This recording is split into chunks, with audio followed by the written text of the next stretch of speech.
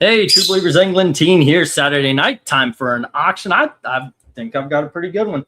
I did show some of the big dogs off yesterday, but I've got a lot of cool ones, tens, threes, five, the other numbers and such.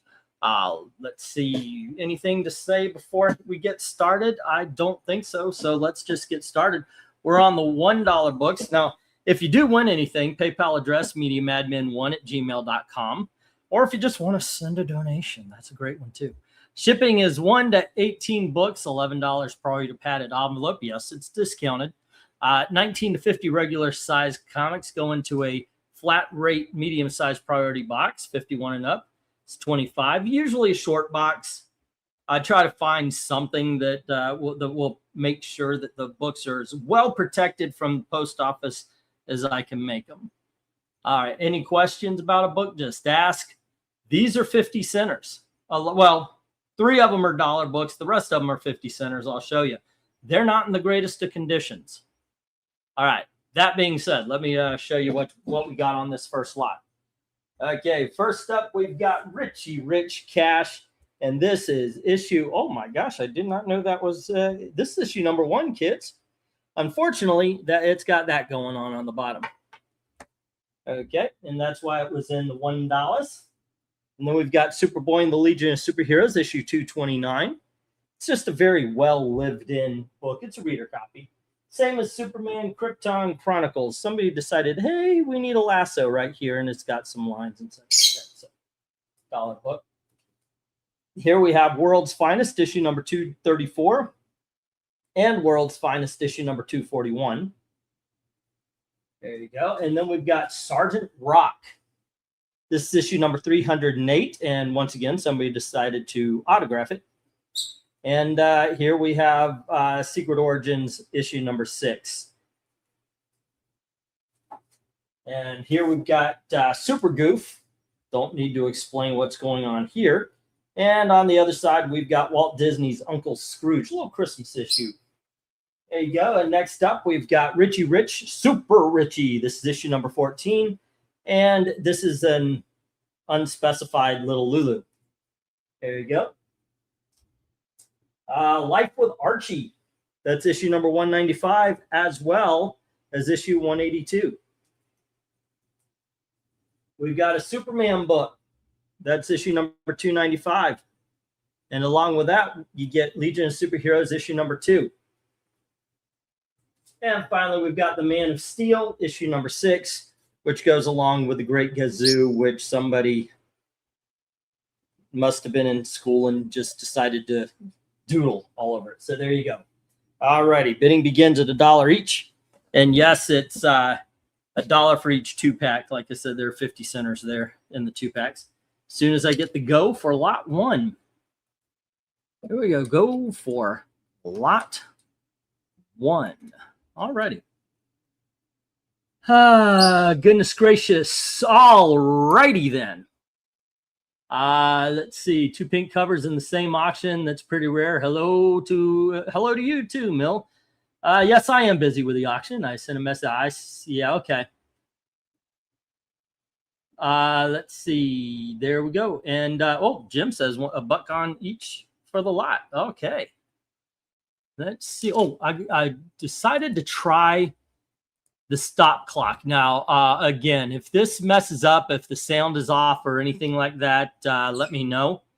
But Gail pointed out that we are due for, what is it? We're losing an hour.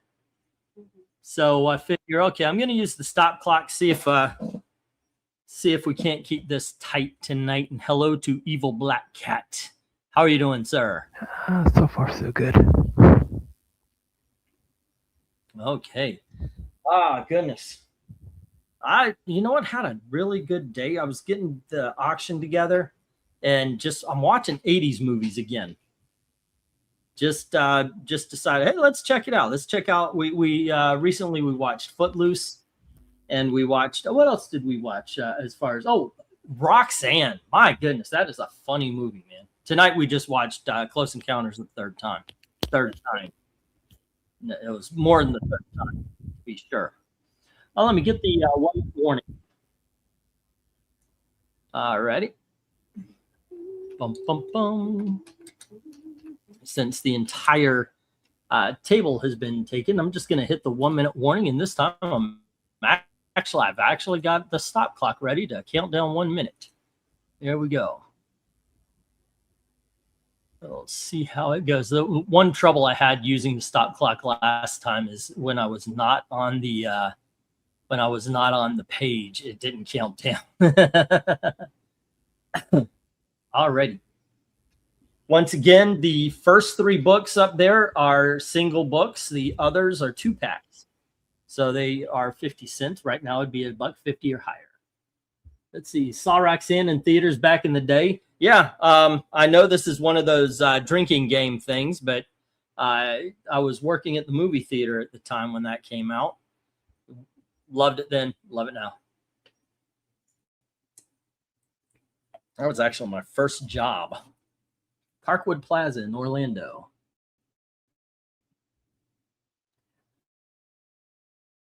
All righty, good times, good times. And it looks like 30 seconds to go. And boom. All right, let's get the stop here. And hopefully it'll be just that easy tonight. A lot of good stuff. All righty, we got 3 lots of dollar books here tonight. All right, the whole kit and caboodle here goes to Jim. All right. Okay, and I'm just going to put it down as the 50-cent lot. All right.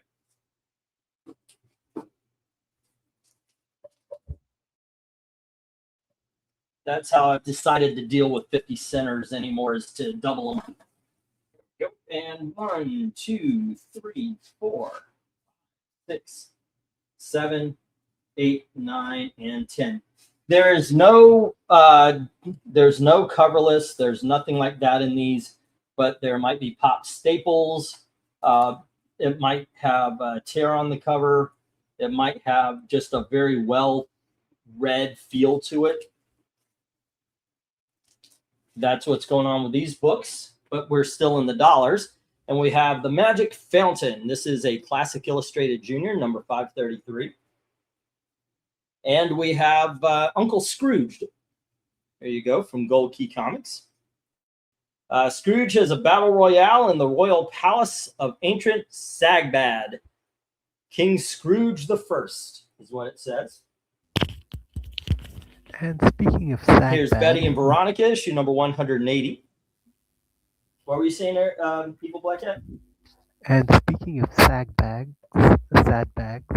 bads, where's Sagbad? Green? Yeah, speaking of bag, where's Green? He's watching sports ball. Reggie and me, number 4. And we have Betty and me, number 30. There we go. On the bottom row, starting with F.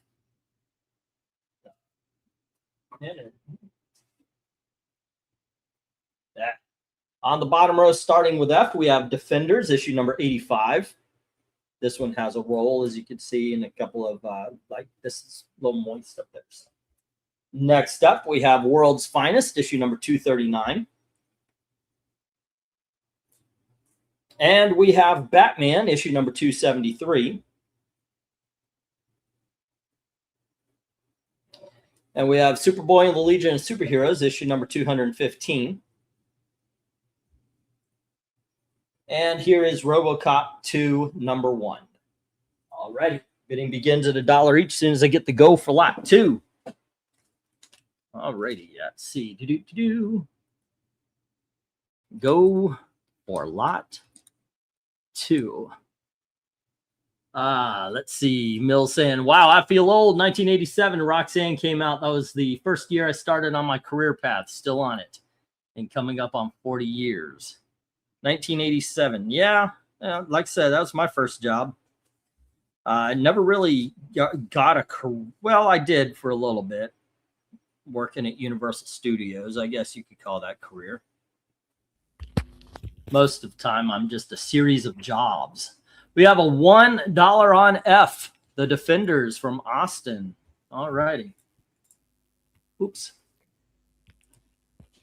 Mostly nuts, wax, and screws. Okay. Let's see, that is Defenders issue. Looks like 65. Man, I never thought my eyes were that bad. 85. Defenders 85. AP Vandala. 1, 2, 3, 4, 5. Okay, now we are cooking with gas, ladies and gentlemen. Or we have gas, something about gas. That's what they tell us. All right.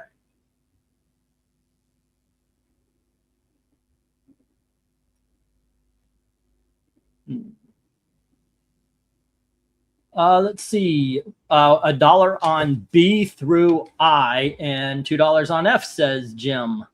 And we've got $1 on J from Tony Hayes. Alrighty.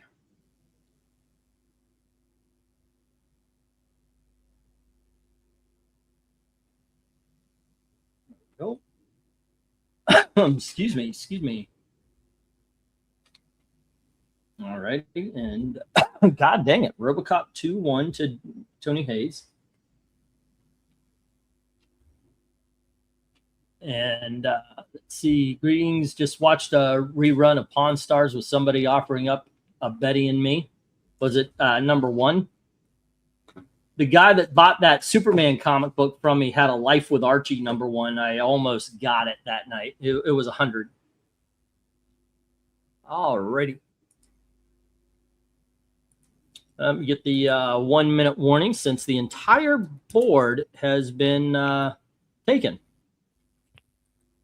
And actually, I think we're a minute away from the 3 minutes ringing anyway. Just finished editing a time lapse for drawing. I finished.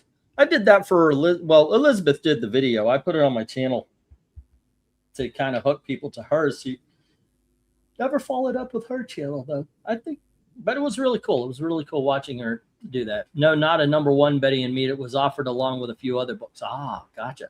Ignore the 2 on F. I just looked it up. I've already got it. Alrighty then. Got it for Austin, and there you go. Let's see.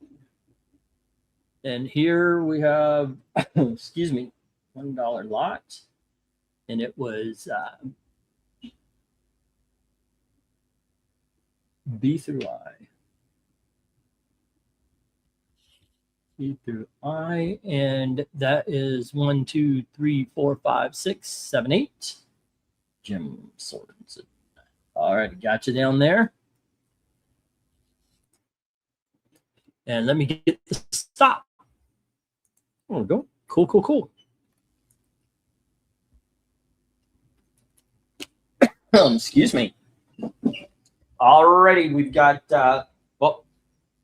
it was Austin with A and Tony Hayes with J. And in the middle, we've got Jim with the Uncle Scrooge, the Betty and Veronica, the Reggie and Me, the Betty and Me. Oh, wait a second. No, somebody had the Defenders, right? That was the one, what it was. It wasn't the A, it was the Defenders. Yep. That I've got it down on paper like that. The A is actually a reject. There we go. Austin has the Defenders, and Jim has World's Finest, Batman, and Superboy and Legion. There we go. Okay. I got it.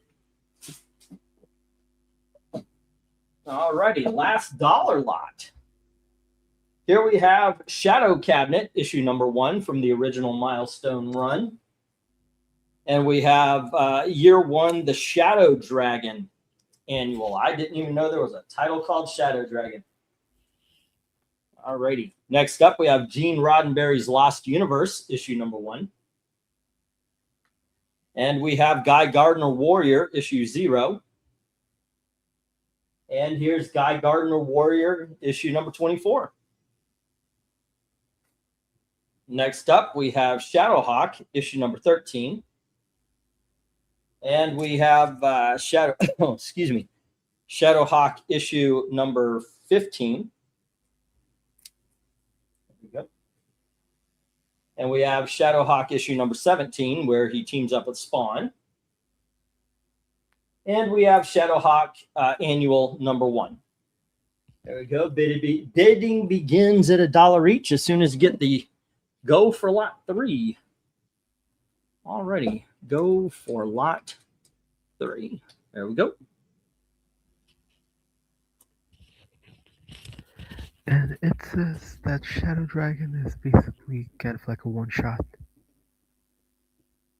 Shadow Dragon is a one-shot? As in, like, there is no Shadow Dragon title, it's just the one annual.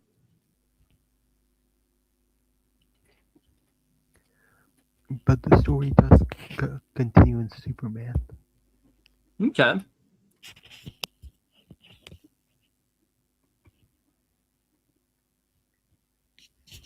Yeah, looks like that one. Alrighty, and might keep forgetting. Here we go. Also, we have Shadowhawk number 14, where apparently he teams up with the 1963 heroes. There we go. I actually did not know that was a thing.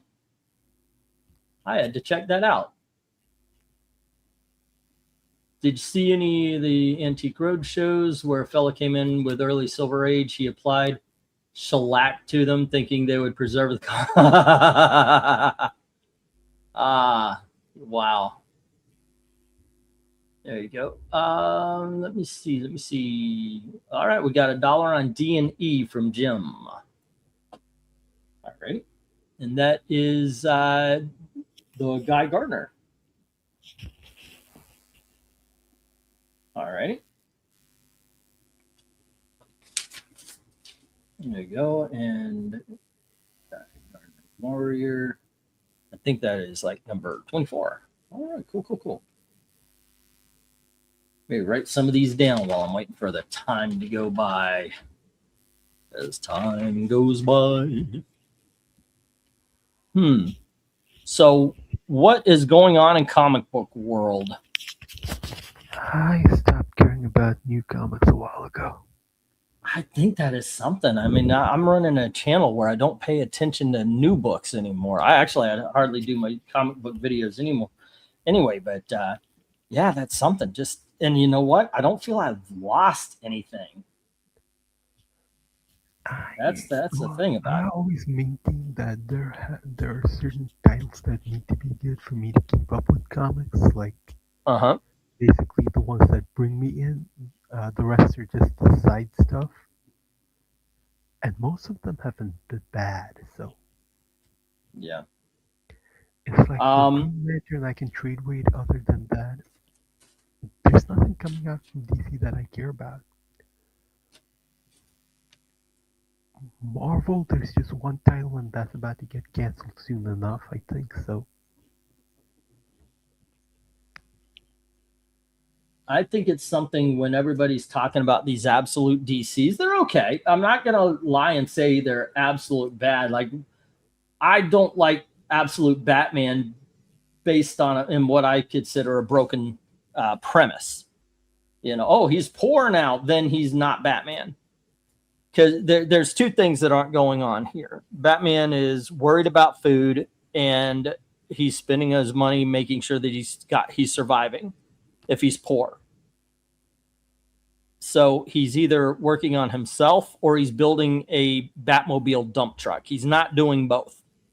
You know, if he's spending all of his money on stuff, he doesn't have the money to keep himself as fit as he needs to be in as Batman, just based on dietary needs.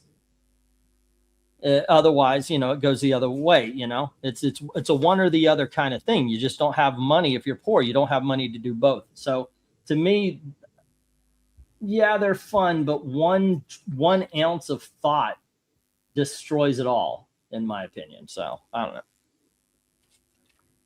And that is what everybody's saying is the best of the best as far as comics are concerned now. The absolute Batman, the absolute Wonder Woman, and Superman, and all that kind of stuff. Alrighty. It's less the best of the best. It's more new and. Oh, I can't hear you guys speak a little louder. It's less of being the best of the best and more like a easier entry point. Yeah. So Well, everyone that can might be. It follow might along. be a case of like the Ultimates from Marvel in the 2000s. You know, it's just we could jump on and understand these from the beginning. That and Alrighty. they're hitting the classic, like, instead of tried and testing out new things, they're hitting things that have already been tried and tested. Yeah. So Batman builds a basically, Batwagon using a 1978 state. Yeah, there you go. See, if he had a like you said, a 1978 station wagon or a Gremlin or a Pacer or something along those lines, then yes, okay, I get it. That's the new Batmobile when you're poor. All yeah, right, let's get the 1 minute warning here. it's kind of like that joke of the spoiler mobile, Mm-hmm. which is basically Stephanie Brown using her mom's Jeep, not Jeep, I think her mom's van, and just taking off the license plate and calling it the spoiler mobile. Mm-hmm.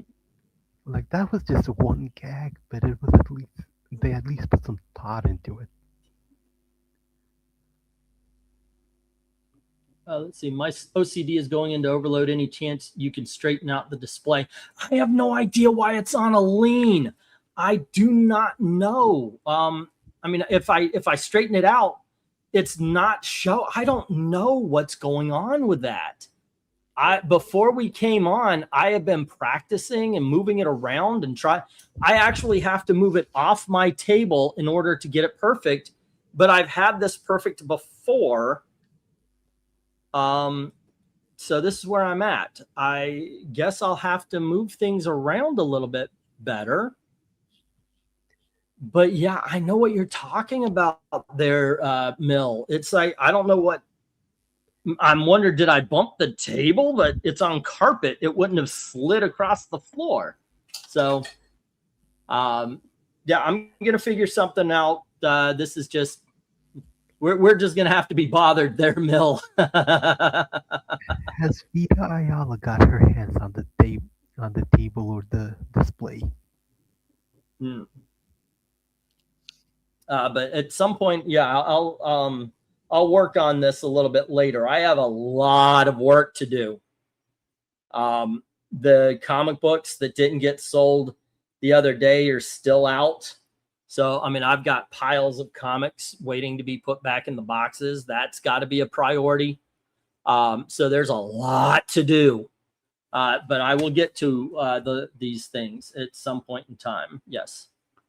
All right. Okay, let's see. Let's get the stop. All right, not as many sold this time around. Oh, I haven't heard the new thing there, Cal. What's going on with Richards attacking the birthday party clowns and such? Now, Mill, the right there that you wanted, the camera is not on the table. I can't put it where I've got to hold the camera for the next 5 hours, 4 hours, or however much. All right. And let's see, I have attention to Meyer in over a year or two now. I've watched a couple of videos because, you know, he's brought up. So, okay, I'll check it out. But yeah. Yeah. All right. The only things with interest here were the Guy Gardner Warrior. All righty. And that is to Jim. That's 0 and 24. Everything else hits the reject box. Okay. I haven't seen Dom in a couple of weeks. I know he's not at home, he said. But I did send a little, I sent an invitation. 1, 2, 3, 4, 5, 6, 7, 8, 9, and 10. All right. Hopefully he'll jump on. It would be nice to talk to him again. We were talking about If I Wrote, and I want to get a schedule so we could start doing these. we were talking about doing like Carol Danvers, and as I was thinking about it, a Joker story popped in to my head, and I think that would be a lot of fun.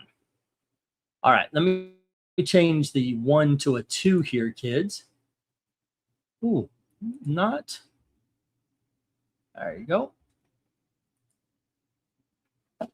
All righty, next up we have Marvel Age issue number 7 with the Micronauts and X-Men.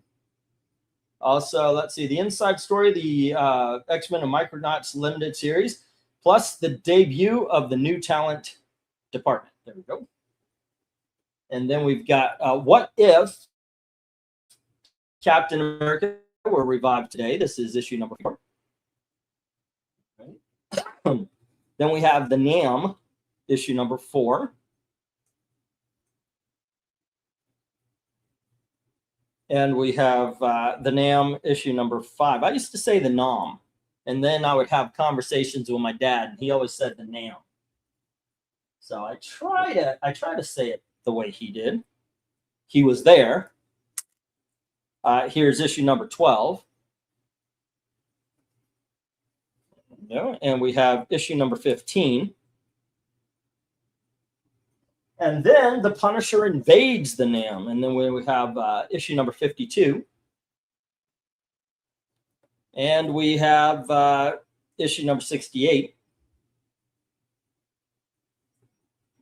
Here is issue number 69. And then we have issue number 77 of the NAM. There we go. All right. I always thought it was the NAM because it's Vietnam, but hey, you know, if my pops says it that way, I'm going to buy it. I'm going to say it that way. All right, so let's go for lot 4. There we go. Let's see. Just hold it in place. You're a strong guy. What I think I'm going to do is I'll push the shelf back. Maybe I could do that actually right now, but I don't want to rile up Pistachio. He's been in his cage and he's nice and quiet. He was out for a long time today, and now he's nice and chill. If I stand right next to his cage, he will no longer be chill. 1, 2, 3, 4, 5 I, and 1, 2, 3, 4, 5 J. Okay.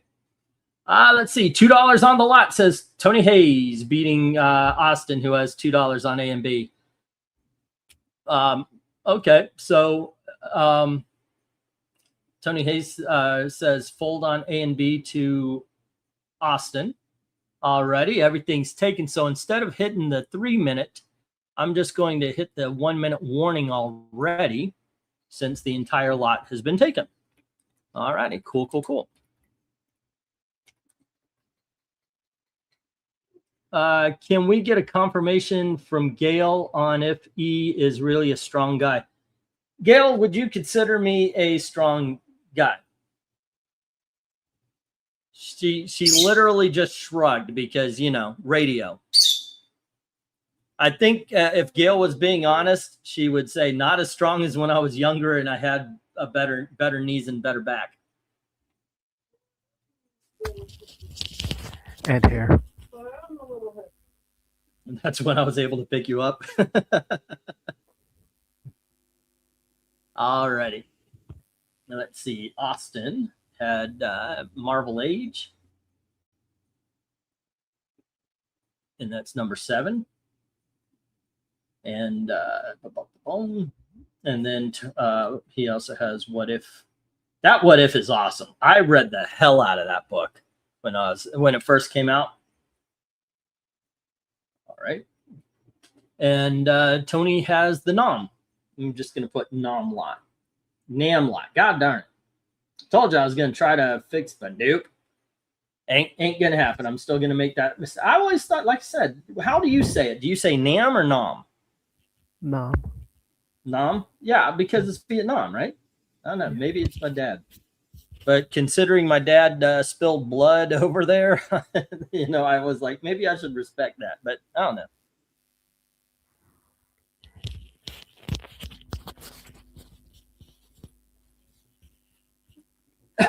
Excuse me. All righty. Let me get the stop here. All right. The Nom series always intrigued me, just never got around to buying. They're good. They are good. They're written by Chuck Dixon. So I guess that could be a kind of a guide if you like Chuck Dixon.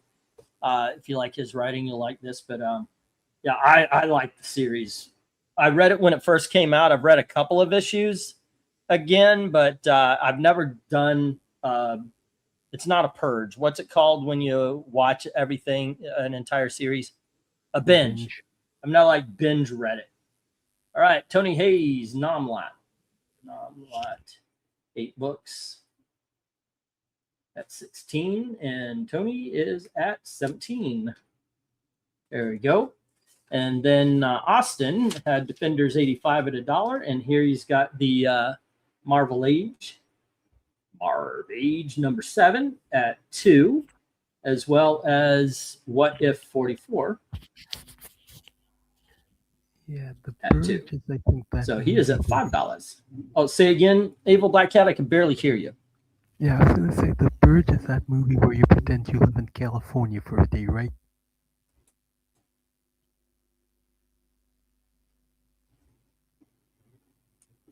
Say that one more time. I just turned my headphones all the way up. The Purge is that movie where you pretend to live in California for a day, right? There you go, The Purge. Yes. I guess I actually like those movies for the most part. The first one is okay. The last one was okay, but the ones in the middle were good. All right, let me get these down. And did I get the stop up? Yes. Austin has the Marvel Age and the What If, and Tony Hayes has the rest of the board, all the Nam books. There we go. Vietnam. Cool. Next. 1, 2, 3, 4, 5, 6, 7, 8, 9, and 10. All right, kids, next up, still on the $2 books, we have The Lone Ranger and Tonto by Joe R. Lansdale and Timothy Truman. That's issue number 2. This is a 4-issue miniseries. Here's issue number 3. And here is issue number 4. There you go. And we have Miracle Man. And this is issue number 3. And we have issue number 5. Here is Miracle Man issue number 14. Miracle Man issue number 16. And then I do believe this is a different series. That's why I had them separated. But here's issue number 1. And here's issue number 3. And here is issue number 8. I'm sorry, whole different thing here. America's number 1 super. Yeah, Miracle Man number 8. There we go. With New Wave, apparently. All righty, bidding begins at $2 each. As soon as I get the go for lot number, I think this is 5. I think we're on lot number 5. Okay, so go for lot 5. All right. Let's see. My Vietnam veteran grandpa pronounced it Vietnam. Yeah. The normal way I do, the old Utah accent may be strong within them, but it came to that word. It's just the normal way. It might be just an accent and a regional thing. You know, we're Southern. We're from Florida. You know, different accent and such. The concept of the purge would be quite scary. Yeah. A lot of questions to ask about it, though. All right, and hello to everybody watching. If you are wondering, hey, there's an auction. Can I bid? Yes. Yes, you can. There is no gatekeeping here. I do ask that you pay at the end of the night or when you leave the auction. Otherwise, easy peasy lemon squeezy. Across the bottom, we have the information needed. Media Madmen 1 is the PayPal address. mediumadmin1@gmail.com. Shipping is 1 to 18 regular size books, of course. $11 priority padded envelope. It's discounted. So is the medium size. 19 to 50 regular size comics goes into a medium size priority box for 19, and then 51 books regular size and up. 25 usually in a short box or a strong box, something usually a short box, but I do find if I don't have one of those, something that will get your books to you safely and hopefully protected from the damage the post office might do. Okay. Let's see. How many short boxes for me are you still sitting on? I'm gonna. You got one coming to you, and I've got one, and I think maybe a quarter. I just filled one up. That's aside from the 3 that we talked about before. Yeah, I think I filled one up already, and there's just a little bit over. $2 for H and $2 for I. Okay, that is number 1 and number 3 of the Miracle Man. All right. Oh, wait. What is today's date? It is 3/7/6. All right.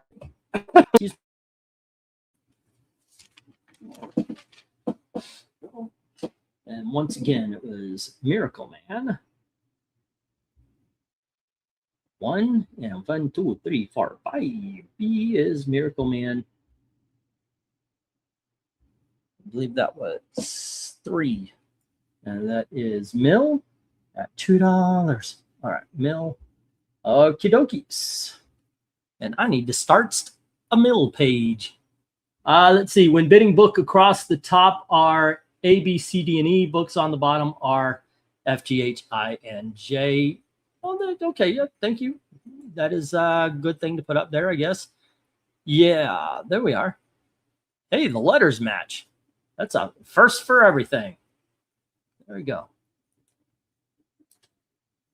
Bum, bum. What does my held? Austin, you are probably about, considering how you bid, you're either 1 or 2 auctions away from a full short box.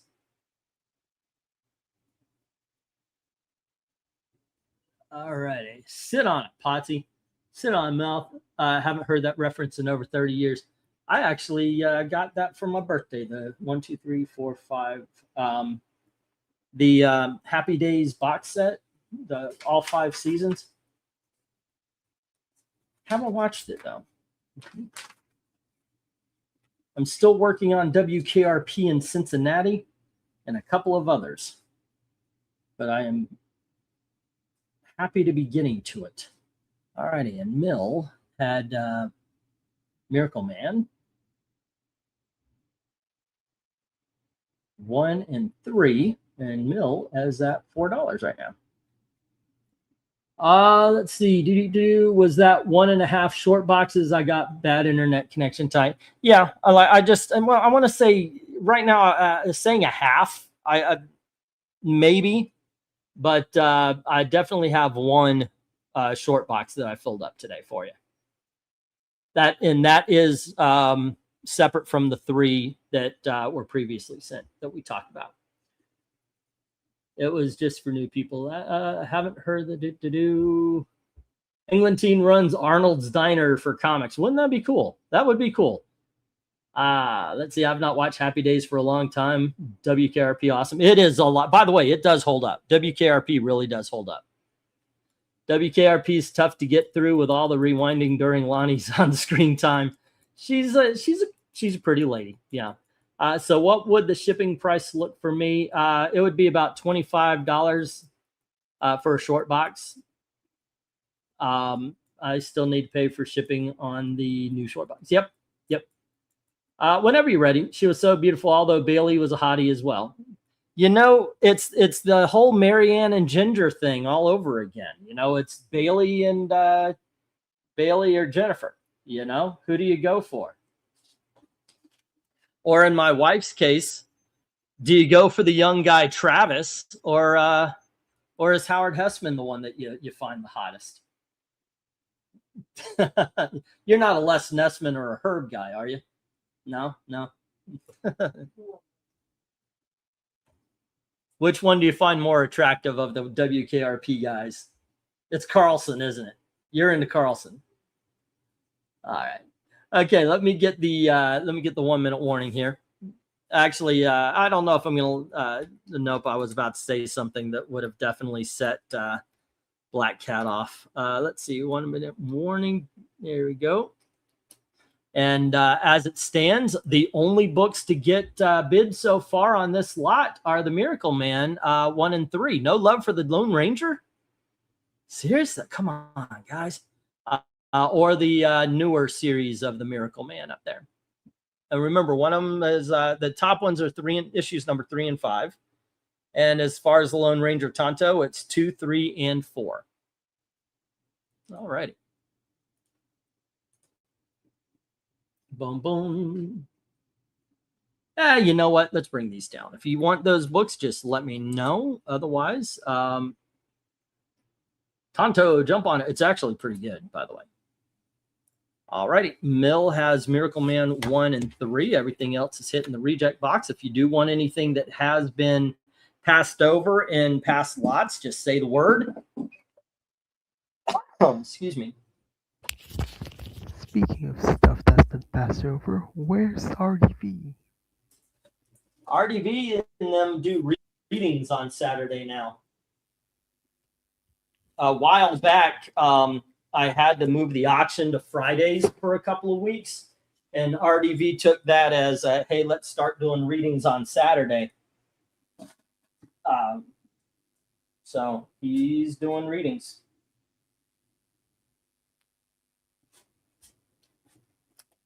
Okay, kids, still in the $2. We've got the Phantom Zone, issue number 2. Superman starring in the Phantom Zone, it says. And then we've got Phantom Zone issue number 3. There we go.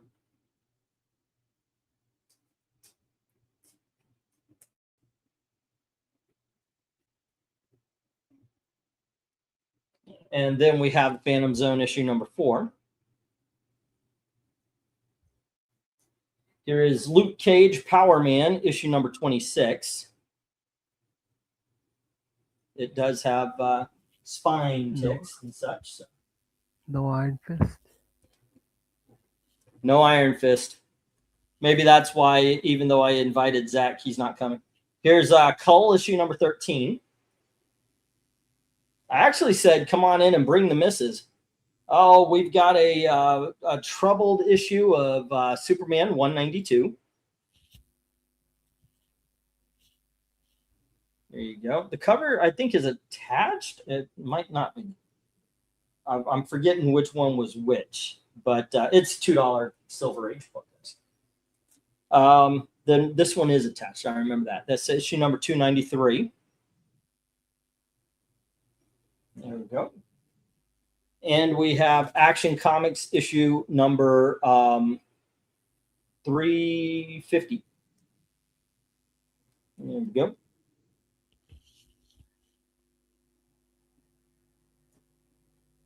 Next, we have Tales from the Crypt, issue number 6, part of the Gladstone reprints from the 1990s, early 90s.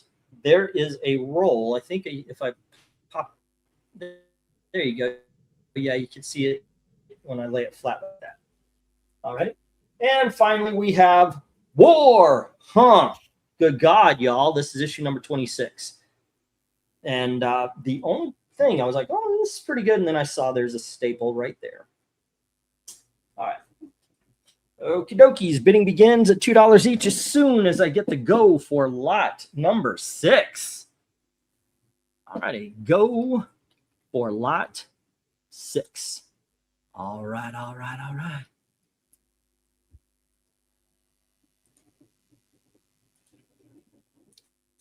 The timer has been started. What do you mean we, Kimosabi? Let's see, Tonto, jump on it. I just put the cover I've been working on for a while on the sports ball chat. Oh, okay. Surprised I won the Miracle Man. Alan Moore stuff doesn't often come cheap, says Mill. Well, yeah, hey, it's us. Even Clark Kent was a jerk. Well, sometimes. Austin says $2 on the cull. Alrighty. And that is, well, got to put my glasses back on. Cull issue number 13. Austin, $2. All right. Excuse me. Dang, I don't know what has been going on. I've just been having a bad cough for about since we got here. Let's see. Call number 13, $2. That puts, all right. And then let's see. Jim, every time it gets cold, honey. Maybe 2, 3. Walter White disease. Say again. Maybe Walter White did what? Maybe it's the Walter White disease. The Walter White disease. Yeah. Okay. Jim Sorensen puts $2 on ABC, F, G, and H. Basically the Supermans. Alrighty, we got Phantom Zone. And that is issue number 2. Phantom Zone, issue number 3.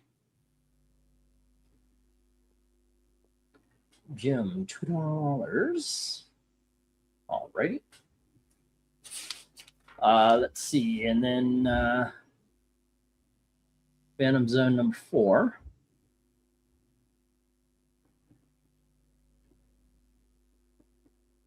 One, 2, 3, 4, 5.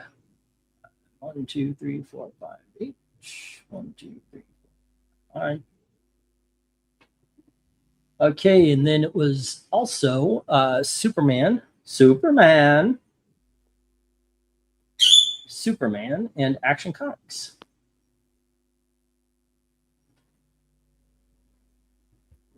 I just need to get the numbers again.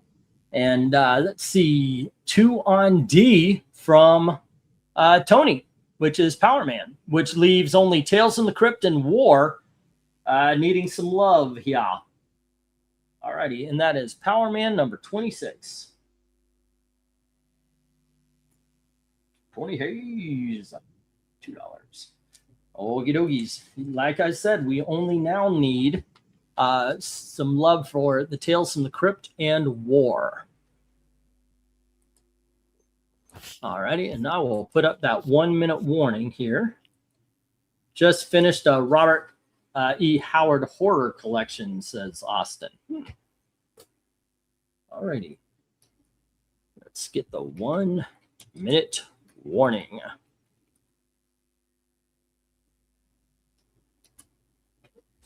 And those were issue numbers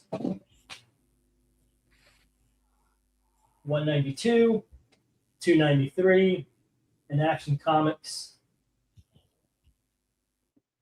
350. Oh.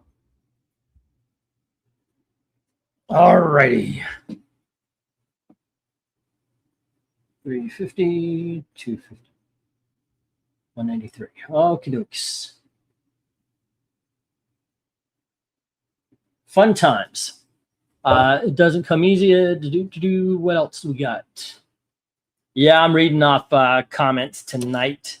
Keep the conversation going, kids. You have any comments, questions, suggestions? Go get the shine box. We have an Austin. Austin has Cull. Already got that down, and you are at $7 there, Austin. Tony Hayes has Power Man number 26. Power Man 26, and that was, I wish it worked different. I wish the giveaway actually helped, because I had fun doing the giveaways.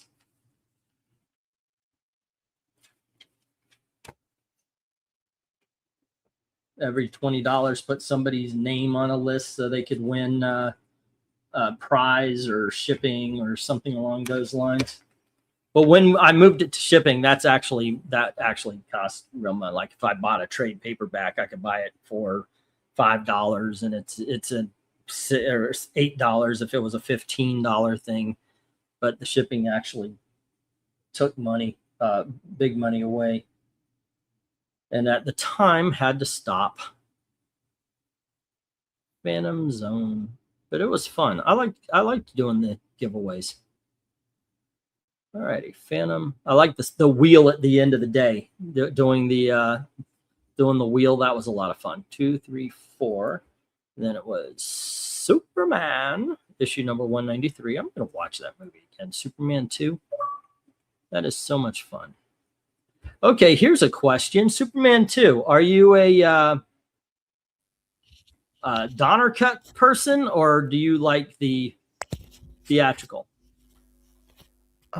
Different aspects of both. Like, I think the Yep. Donner cut is a little bit too long, and some parts are too drawn out. Okay. But I did like the reveal of how Lois gets Superman to reveal himself instead of him tripping. Yeah, Superman tripping is Superman wanting to tell her. Superman doesn't trip over a stuff. Superman kicks the head off the bear, maybe, but doesn't trip over the bear. Yeah, but after everything he did, telling her like that would just get her more mad than anything. Yeah. You know, with Lois using the blank thing, that actually makes more sense. Alrighty. And do I have everybody's books down with a Power Man and all that? Yep. It looks like we are caught up on that page. Okay. And with that, we will get the stop. Let me put the stop up here. S-T-O-P. Finally got to see Robots, the movie from 2005. I saw the trailers on our DVDs as kids, but never got to see it. Weirdly prophetic about how companies make things intentionally obsolete. I think didn't they bring up a bill to stop that from happening? You can't make things designed to break in a few years anymore. All right, let me get these down. Tales from the Crypt and War go to the reject box. No, they can do that. It's that they can make it so that the software breaks. The hardware, they can. The software, they can't. Oh, okay. Oh, I got it. What, Yeah, okay, I got it. so what Jim has the...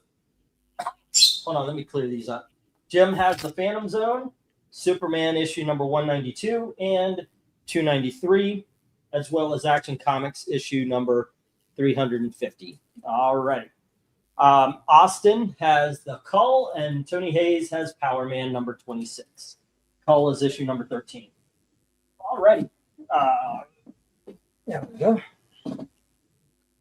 Ba-ba-bum. And if you're watching and you're wondering, hey, I wonder if I can bid. Yes, you can. Just all you got to do is put the letter. I've got letters right here, and the your bid amount. Oh, I hit the wrong one. There we go. The letter and the bid amount. Like, okay, $3. It's going to disappear. And these were the letters. There you are. And there we go. 1, 2, 3, 4, 5, 6, 7, 8, 9, and 10. All righty, gang. That is true concerning planned obsolescence. And then that's the word I was looking for, says Austin. I would be happy if vehicles had the same designs from the 1950s through late 70s. Yeah, no kidding.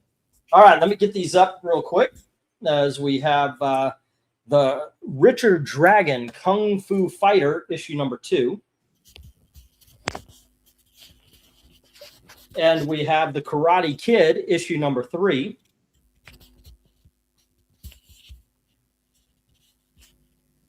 Here is Phantom Stranger, issue number 22.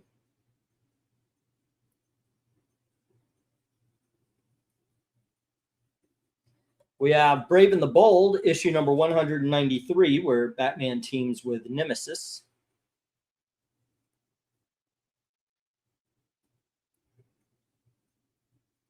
And we have Brave and the Bold, issue number 173, where Batman teams with the Guardians of the Universe. Well, starting at F, we have Superboy, issue number 11. And we have Superboy, issue number 9.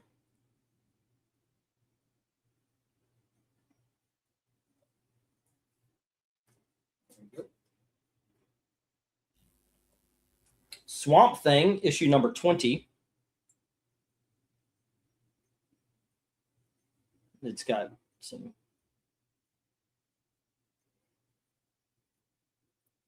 There you go.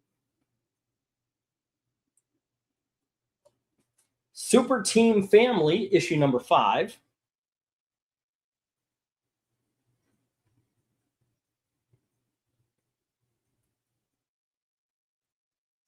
And finally, World's Finest, issue number 300.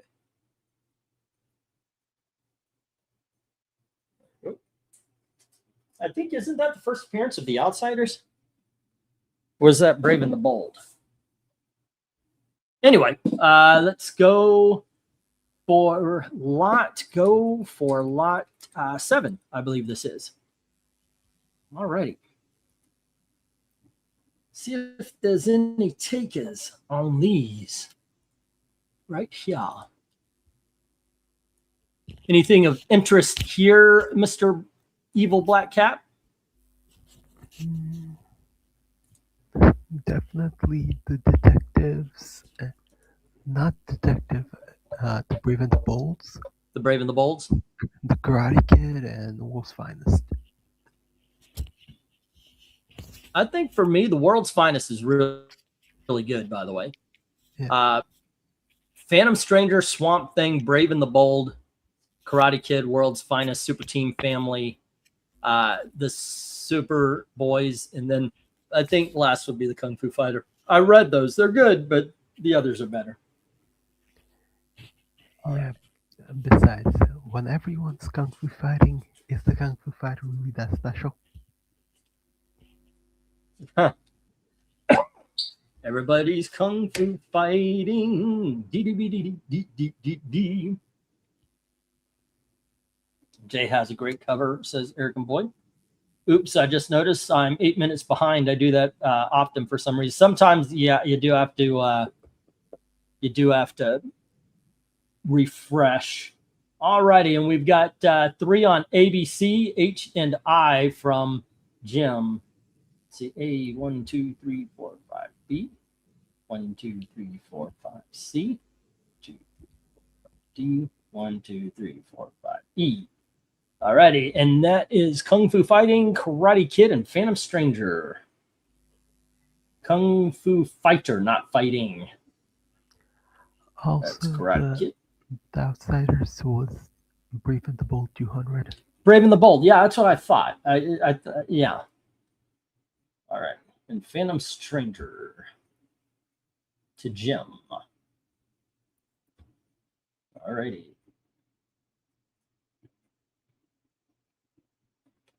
Okay, here we go. H and I are the Swamp Thing and Super Team Family.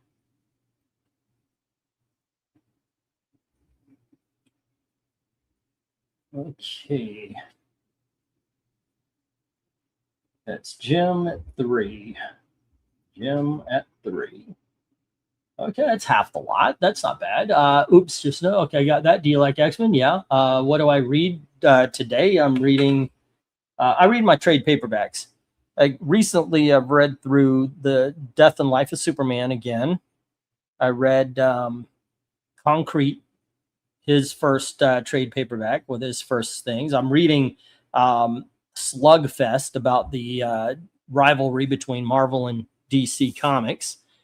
Let's see. Also a independent comic book called, oh goodness gracious.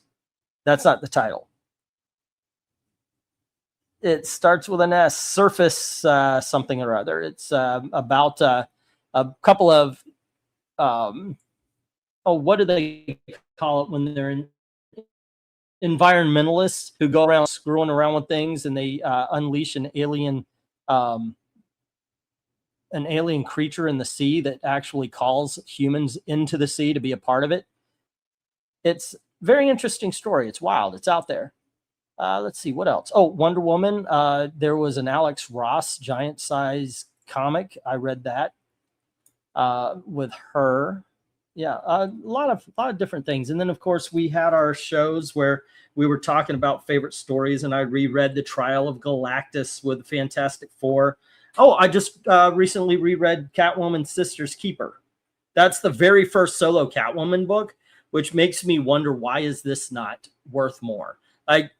This first solo series seems to be something a lot of speculators are going after, but Sister's Keeper still has not really bounced.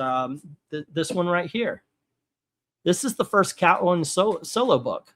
And yeah, this book is 5 and the other ones are 2 each, you know. But yeah, it's kind of funny. It's kind of funny how that one hasn't caught on. But I reread that one recently. I've been actually just hitting my trade paperback shelf myself. Let's see. Oh, go on ahead. Yeah, I think it's because the first ongoing, which is the second series, so that was the ongoing, that covered a lot more, while this just didn't introduce very much other than the sister. Well, it retells her origin. Yeah, this is the one that coincided. It coincided with Batman Year One, so it retold her origin. Now, yeah, Tony says 3 on J, World's Finest. Okay, go on ahead. Sorry. It was more establishing it than retelling it, because this is the complete new origin. Yeah.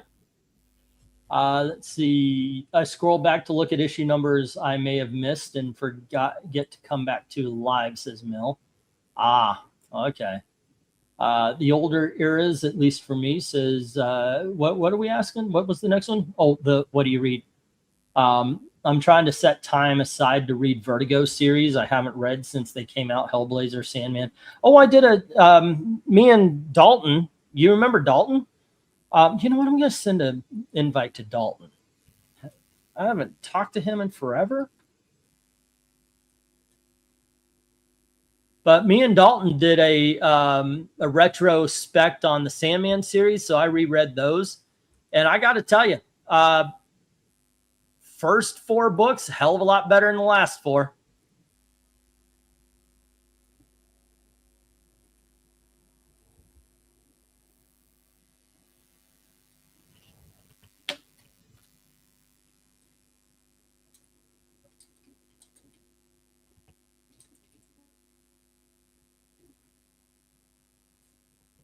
Boom. All right. Yeah, I just sent him an invite. Hopefully he'll take us up. It's been a while since I've talked to him. All right. And with that, let's see. I just started Squadron Supreme 12-issue limited series. Very good so far. I have not yet checked that. I read the first part of the Squadron Supreme omnibus, and it was the Serpent Crown affair. Haven't gotten to the 12-issue miniseries yet. I read it a few times as a teenager, and I really liked it. All righty, let's see. Once again, here's the 1-minute warning. The World's Finest is with Tony Hayes. All right. World's Finest. And that is with Tony Hayes. That puts him at 22. All righty. And then let's see, Jim. Jim had a few on this one. He had 5, as a matter of fact. The Kung Fu Fighter.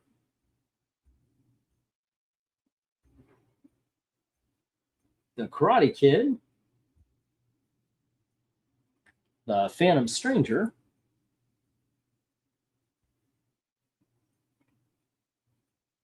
And let's see, Swamp Thing and Super Team Family. Swamp Thing. Super Team Fam. All righty, 3, 6, 9, 12, 15, which puts you at 46 right now, sir. All righty.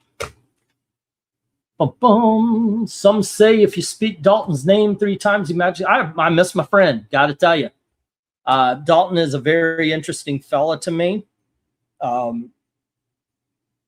It's kind of funny because he's my kid's age, but I've never actually put him in that position. It's kind of weird because I've always, never have. He's a cool and weird guy to me. He's my Jason Mewes.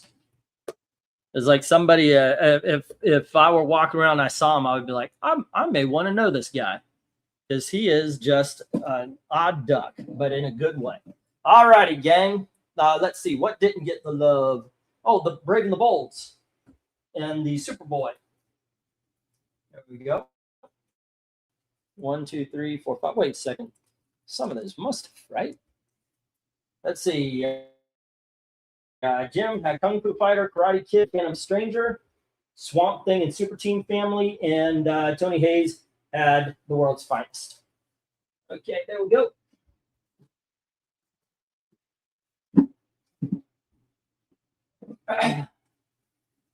Next, we have Omega, the Unknown. That's issue number 6. And we have the Incredible Hulk, issue number 252. And here is issue number 264. That's Frank Miller cover. Here is issue number 270. Yep, 270.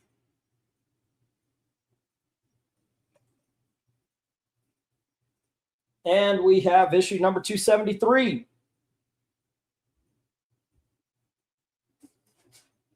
Here is issue number 276. The Return of the UFOs. Here is issue number 277.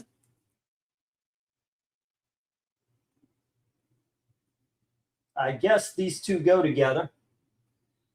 Here is issue number 280. And we have issue number 281. And Incredible Hulk issue number 283. Bidding begins at $3 each. As soon as I get the go for lot number, I guess that's 8. All righty. Go for lot 8. Bum bum. All righty. Fun times, kids. Fun times. Let's see.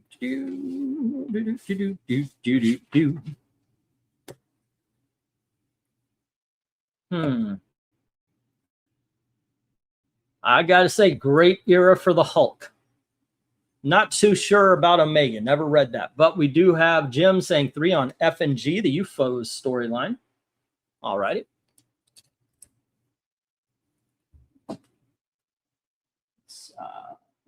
Hulk issue number 276 and 277.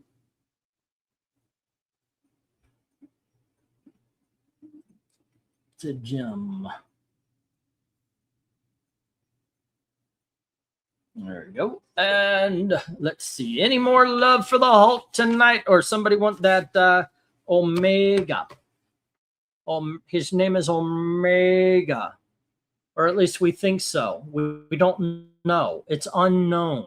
It's unknown to us. If his name is Omega or not.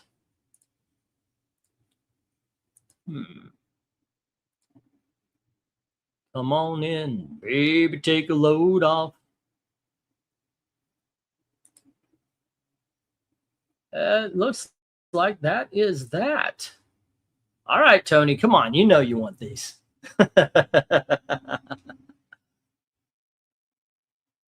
Let's see. What else do we got? Nope, that's it. And I have no idea why UFOs never found the FF. I know, right? You would think it would be a good fit. I mean, aren't they almost like the same origin also?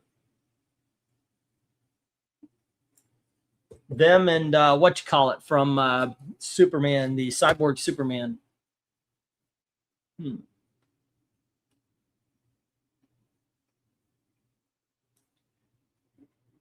Excuse me. Can't read many of the issues, but if there's 255, I'll go 10 on it. Not in this one.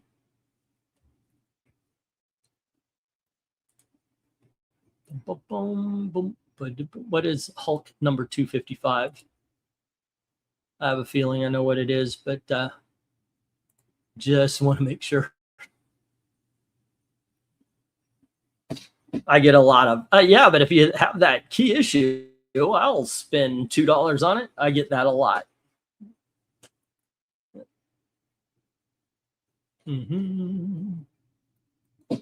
Let's see.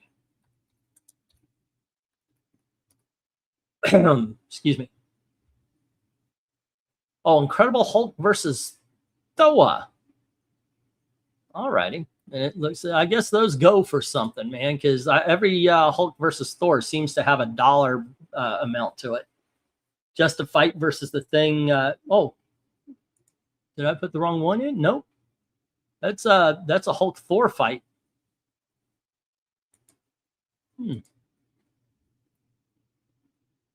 All righty. Let me get the 1 minute warning up. Yeah, I just looked it up. I thought it was like maybe I was okay, $1 for 255. I still don't have it. 252 and 268. I kind of skip over the whole 50s there on these numberings. But only 2 of these books have interest. That's something I thought this lot would go, in all honesty. It's been a long time since I've had the Hulk. Maybe this is why. But there you go.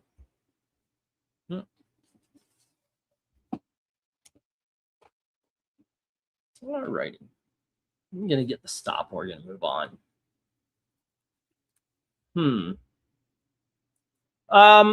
I think I need to offer up the Gail has $1 amount. I told you guys about the rent thing.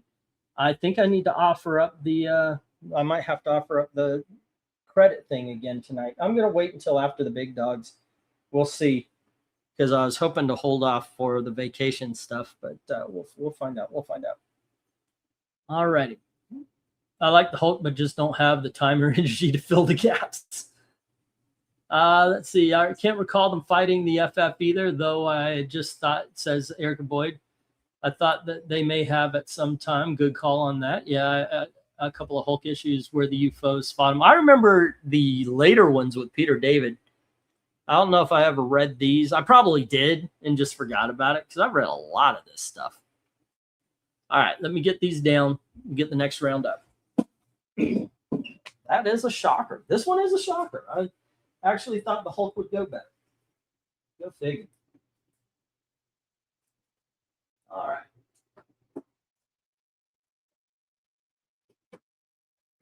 These two. Okay, we're going to go to some $5. We're going to look at some $5 books for a little bit. 1, 2, 3, 4, 5, 6, 7, 8, 9, and 10. All right, kids, we've got What If issue number 25. This is your time to pick up a collection. We have issue number 26. Here is, by the way, if you want to read off, it's What If Thor and the Avengers Battled the Gods, and What If Captain America had been elected president. This is the comedy issue. This is issue number 34. And here is issue number 33. I thought I had these in order. This is What If Dazzler had become a herald of Galactus, and What If Iron Man was trapped in the time of King Arthur. There you go. Here is What If the Fantastic Four had not gained superpowers. It's issue number 36. I believe they call themselves the Challengers of the Unknown in this one. And here's what if 37. What if the Beast and the Thing continued to mutate? Plus, what if Silver Surfer lost the power cosmic? Next up, we have issue number 40. What if Doctor Strange had not become a master of the mystic arts? What if the Loki had found the hammer of Thor? That's issue number 47. And I believe that's the last issue of this particular series. We have Marvel Tales, issue number 3, with the first appearance of the Lizard being reprinted. I don't know. I can't read the titles or the numbers of these, but we got a Strange Tales, A Journey into Mystery, Tales to Astonish and Amazing Spider-Man in there. And finally, we have Superman's pal, Jimmy Olsen, issue number 76. All right, it's got the Legion of Superheroes in it. It has too many of these clippings on the top for me to put an $8 price tag or a $10 price tag to make it a big dog. So I kept it in the $5 area. All righty, bidding begins at $5 each as soon as I get the go for lot number 8. All righty, go for lot 8. There we go.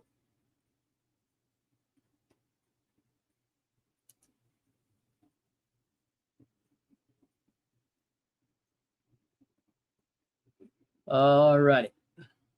Jim says I and J, the Marvel Tales and the Jimmy Olsen. All righty. Marvel Tales number 3.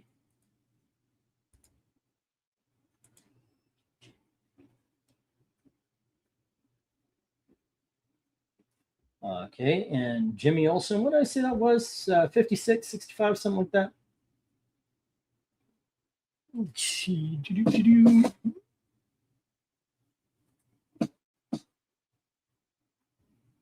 And that is.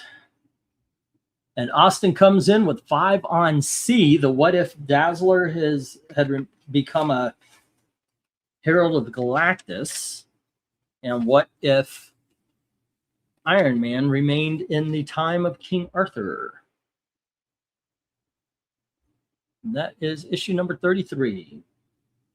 What If is one of my favorite titles of the 1970s. I have the trade paperbacks of this one. I don't have the omnibus because I have the trade paperbacks, and I need to get my own copy of the Shang-Chi issue. What if Shang-Chi had fought for Fu Manchu? Because that's the only one that's not reprinted in the trade paperbacks. But it was a set of like 8 books that came out a few years back. Yeah. All righty. What if number 33? And that puts Austin at 12. All righty. Nice bid choices. Like both of those. Those are good bid choices. And Tony Hayes says 5 on A. And that is What If number 25. What if the Avengers fought the gods? That's a good book. Yeah, but then again, you're hard pressed to have me say something bad about any of the what ifs. I really was I'm a big fan. I don't know if there was any that I disliked. There were some I didn't like as much as others, like the one where you have it's like, what if Nick Fury fought in space? And one of the reasons I didn't like that was instead of having a twist on a storyline from Marvel, like it's like, say Dazzler fought Galactus. Okay, obviously there was a moment where Dazzler could have gone home, or she could become and it tells you, okay, this is the pivot point. The pivot point for the Nick Fury in space was that the Roman library. There was a library that burned down, and we lost a lot of knowledge. And the whole twist was, what if it didn't burn down and we kept that knowledge and we built on from there? And that would have made our advancements, that much sooner in history and such. So I thought that was pretty interesting. That was an interesting storyline anyway. Gee, I wonder why I bid on that. Could it be the King Arthur? I'm thinking it's the King Arthur. Yeah. Library of Alexandria. Thank you. Yes. Tony Hayes, yeah, you should have one on the way or sitting in the third box or fourth box. I know I sold that one a while back. I have a bad habit of selling the books I buy. I don't keep a whole bunch of them. Okay. Let's see. Let me get the 1 minute warning as I tried to convince you guys to get the other what ifs. Boom, boom. There you go. Hello, evil black cat.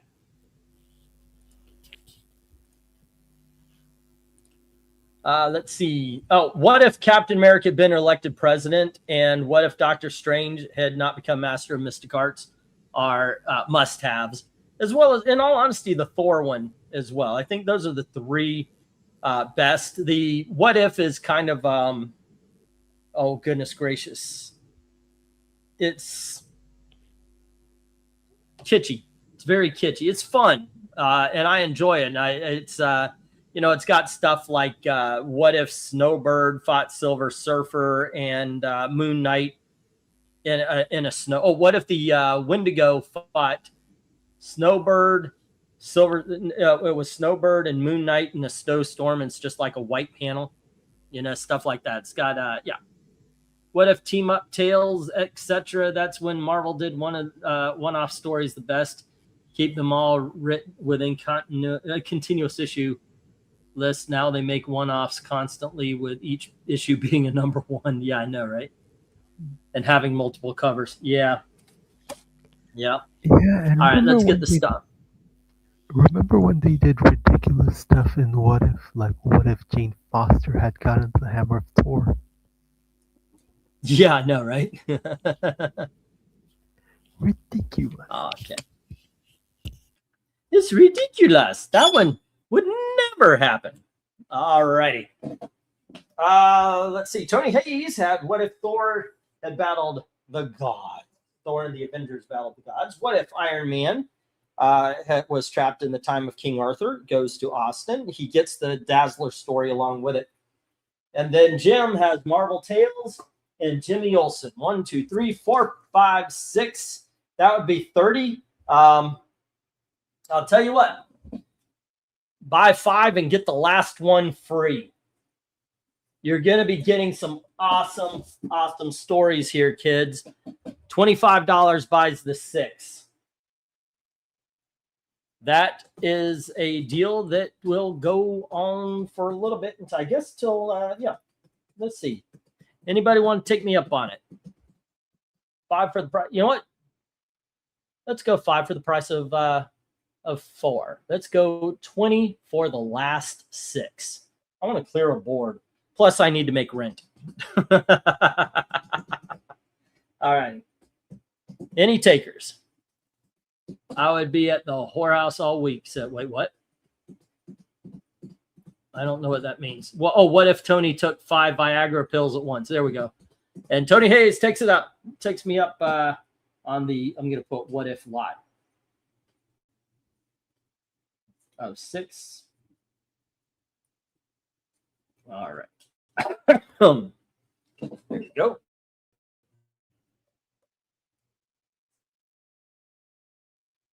And I'm going to write down the numbers here. And we got one more $5 lot.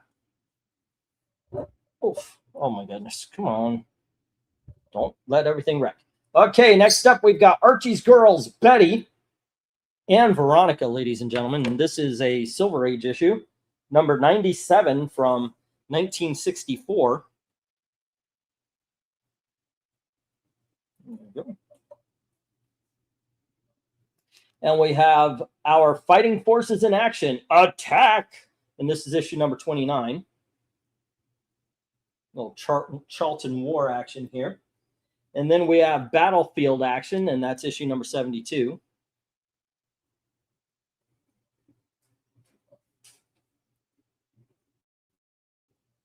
And here is Fightin' 5, issue number 48. And then we've got a Golden Age book. And this is issue number 27 from 1950. It is Tom Mix. The cover is detached. All right.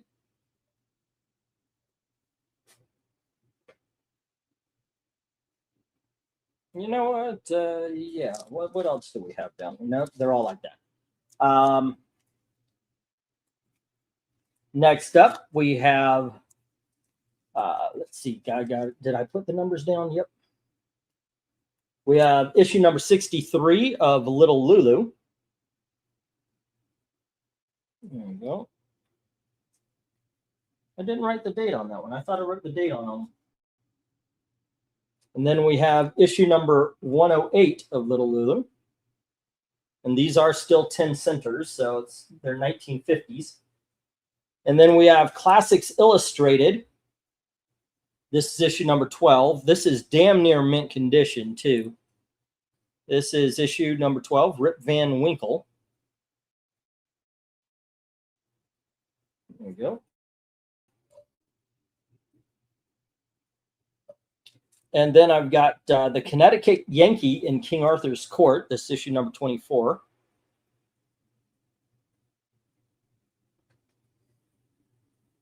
And finally, we've got the Oxbow Incident. This is issue number 125. All three of these are in excellent condition, almost new condition. There you go. Okay, bidding begins at $5 each as soon as I get the go for lot 10. Ladies and gentlemen, we are on lot number 10 already. We're actually making some good time.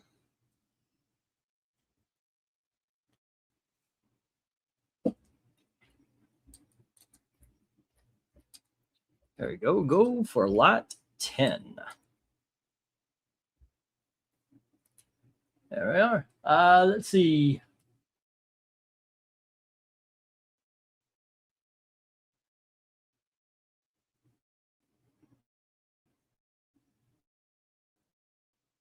For Monica. All right. Hey, Betty and Veronica. And that is issue number 96, I believe it was. Jim at 5. If only Breen were here, he may recognize Rip Van Winkle. Where is it? The England team trading version. Let's see. 26, 34, 36, 37, 40, and 47. All right, that's 1, 2, 3, 4, 5, 6 to 20.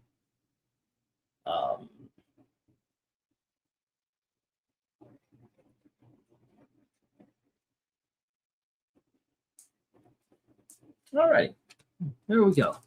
Sometimes I think the internet was a mistake, says Austin. And why do you think that today? What is it specifically about today? Say again? He says on the internet. Oh. I ordered an Indiana Jones style 8-foot bullwhip off Amazon. I should be getting it sometime next week. And oh, dang, what a time for you to robot. Dang, nabbit. Am I roboting? I didn't know I was. Oh, okie dokie. Let's see. That is Tony at 47. Okie dokies. Let's see. No, not a lot of love for the $5 books.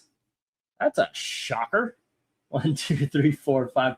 Yeah, the other day I went off on a thing about how I've noticed $5 books just don't really go. And here we have some really cool Charlton Wars. We've got some cool Classics Illustrated as well. A Tom Mix from 1950. No go. 1, 2, 3, 4, 5. Let's see if the next one goes better.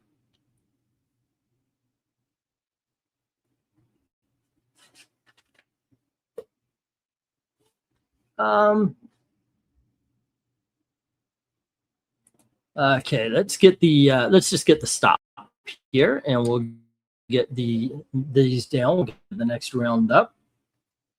All right, and to this, Jim, Betty, and Veronica. All righty.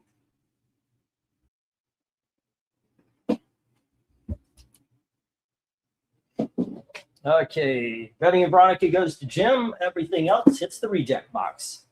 1, 2, 3, 4. A lot of good books going down. All righty. Excuse me. And let's see. Let me get Clifford out here this time around, guys. And once again, if you are listening in and you haven't bid and you're wondering how to, you just put the letter and the bid number. Everything's going to start priced on this next lot. Those are the letters, and feel free to. There's no gatekeeping. Just at the end of the night, MediaMadmen1@gmail.com is the PayPal address. Shipping 1 to 18 books, $11 priority padded envelope. 19 to 50 regular size comics goes in a $19 priority box, flat rate, medium size, 51 and up. Usually send in a short box or some other strong box that I can do my best to protect the books from the post office. Usually what you would get is a box that had been taped on every side at every moment. That's so it also helps to keep the weather out of the box. 1, 2, 3, 4, 5, 6, 7, 8, 9, and 10. All righty, kids. Next up, we have the first appearance of the Animen. This is Daredevil number 10. All right. There is, you can see a subscription crease. There you go. How I arrive at my prices, if you're wondering, I go to Comic Book Realm, and then I go to comic books sold on eBay, and then I undercut them. All righty, here we have Daredevil number 15. And we have Daredevil number 18.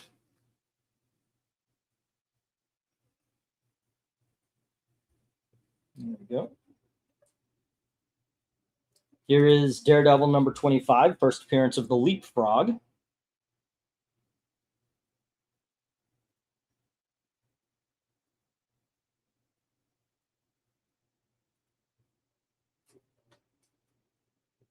And we have Daredevil number 105, first appearance of Moondragon.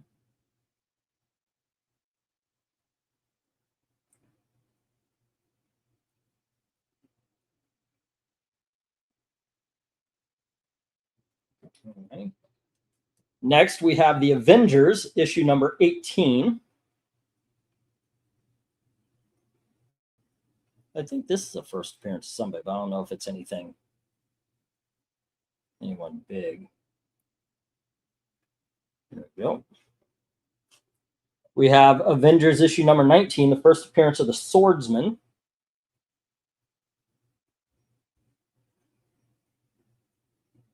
This is about a 2, maybe a 1.5, 2.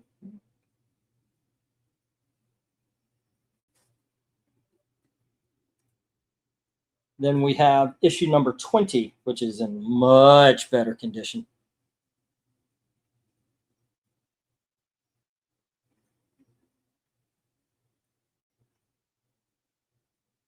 All right.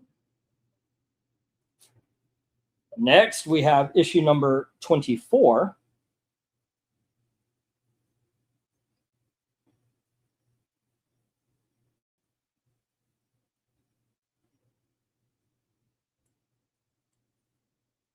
And finally, for this lot, we have issue number 28. I believe this is the first appearance of Hawkeye as Goliath. No, first appearance of Pym as Goliath.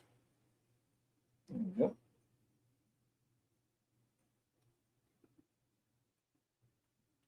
All righty, bidding begins, starts as priced.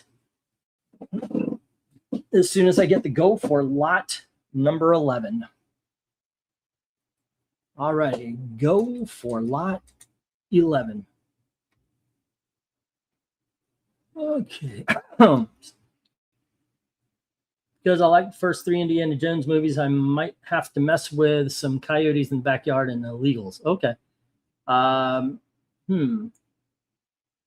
All right, Jim comes out of the gate with 20 on F, 30 on G, and 20 on J. F is the Avengers number 18.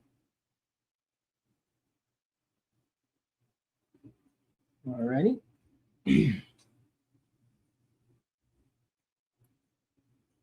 Okay, and let's see. Then we have 30 on G, which is the first appearance of Swordsman. That's Avengers 19. All righty.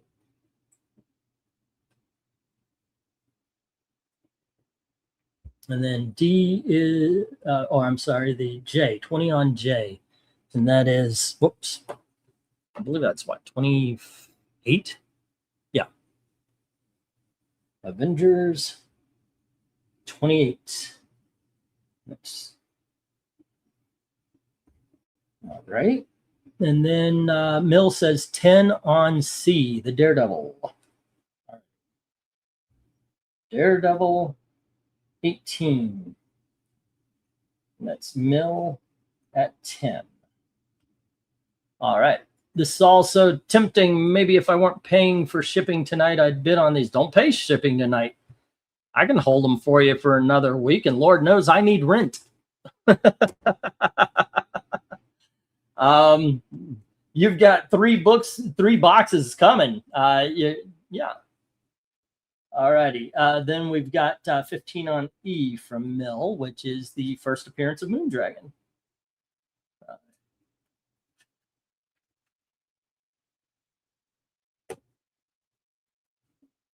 Bum, bum. Oh, I put Moondragon. That's Daredevil 105. Mill 15. E, I, and J have great covers. E, I, and J. I would go with C for my favorite. B and C are my favorite. How about you, Evil Black Cat? Where would you go?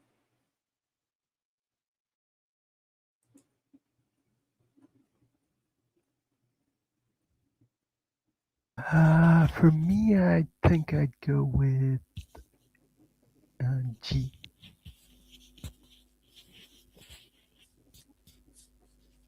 All right. The Swordsman. That's a good cover. It's either G or J.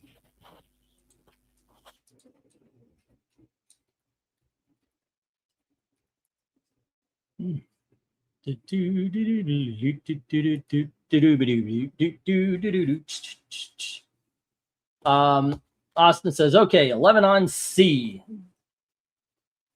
All right. And that is Austin with 11. Okay. 12 on C, says Mill.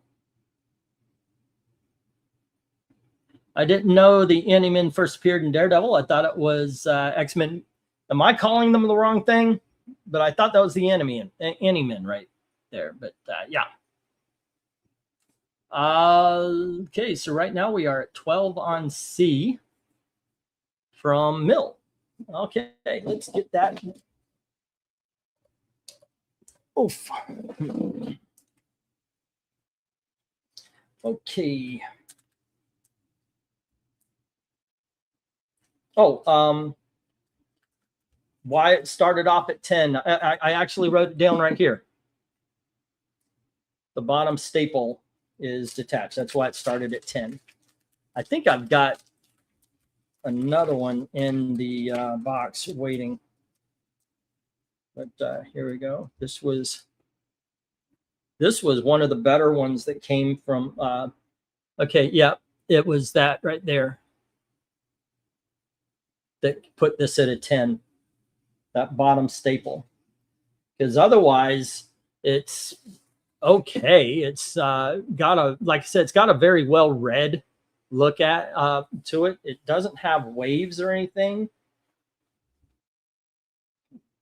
That's the big problem. You see the pages look good. The staples are in there nice and good. Here's the front cover to show you that. It's just that one right there, that bottom staple. But the cover's attached. Everything's tight and put together. There you go. Alrighty. Okay. But that is what's going on here. You know what it feels like? It's not so much like water. I mean, obviously it is, but it's more like it was stored without a bag and backing board in a wet place, you know, like a basement or something like that. That's how it feels. It doesn't have the waviness of like water damage or anything to it. But that's why it started at 10 today. There you go, Michael. And right now it's at 12. Okay. Excuse me. All right, so what doesn't have a bid right now? We don't have a bid for issue number 10, I believe, of Daredevil. A, we don't have a bid for B, which, come on, that's just wrong. Or D, which is the first appearance of Leapfrog. Those are the only 3 books up there without bids, without any love. Let's see. I'm going to get the 1-minute warning. Let's get the one. I lost Evil Black Cat. No One Slick tonight. Also, I haven't seen Krenez for a couple of weeks either. And Glenzer, man, he went AWOL. Been a bit. Okay. Would you consider 30 for H? I would consider 30 for H. I would actually do 30 for H. I really need to get my hands on Daredevil issue 100 and 101. The bad guy is Angar the Screamer. I know, right? Who is some activist turned criminal from California. Yeah, I love Angar the Screamer. He's a great character. Boom, boom, boom, boom. And yeah, all righty. Let me put you down for H, $30, and that is Avengers number 20. It is in good shape too, dude. Mill 30. Okie dokes. Yeah, I like Daredevil 100. I always liked Angar the Screamer as a bad guy. I think he was in that MODOK TV show. Did y'all watch that MODOK TV show with Patton Oswalt as the voice of MODOK? That was a heck of a lot of fun. I mean, I'm not a big fan of Patton Oswalt, the dude, but he can be funny. He knows how to tell a joke. I had that conversation actually with my daughters. And Gail, I do these. Whoops. Hold on just a sec. The 3 minutes is up. So let me hit that 1-minute warning. I put the 1-minute warning up there a little bit early. But we were listening to a mixed CD I made, and Bill Cosby came on. And they're like, come on, Dad. I'm like, dude, I don't care. I don't like Bill Cosby for the rape. I like Bill Cosby for the comedy. He's funny as. And yeah, so the whole conversation was, can you enjoy the art of a person you don't give a about? I think, yeah. I think, yes. I go with yes, absolutely. What do you say, Evil Black Cat? Depends if I'm directly contributing to their wallets or not. Okay. Like, if it's on a streaming show, a platform that I already pay for, yeah, I'll watch it.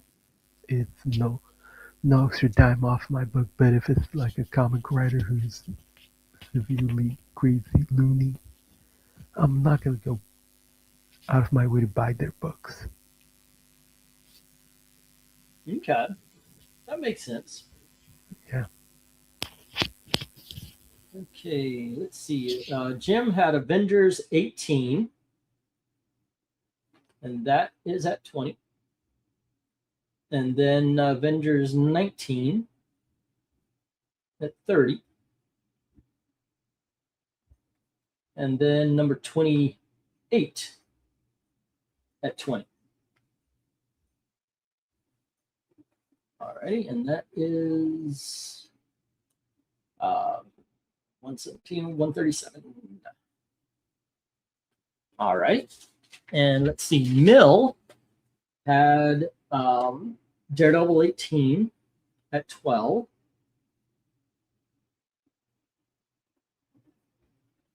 Okay, and Daredevil 105 at 15. And then Avengers 20 at 30. Okay, and that is it's 16, 31, 61. 61 for Mill. Okay, doke. Did I put the right number down on? Yep. Just want to make sure I didn't put 20 down on Jim's page as well. I put 19 the way it was supposed to be. I like Bill Cosby better if he'd supply me with some. if he taught me how to make drinks, I'd love that man. Alrighty, and let's get the stop. Okay, and we'll get these down. We'll get the next round up. The cool things about books like these is if they don't sell today, they might sell tomorrow.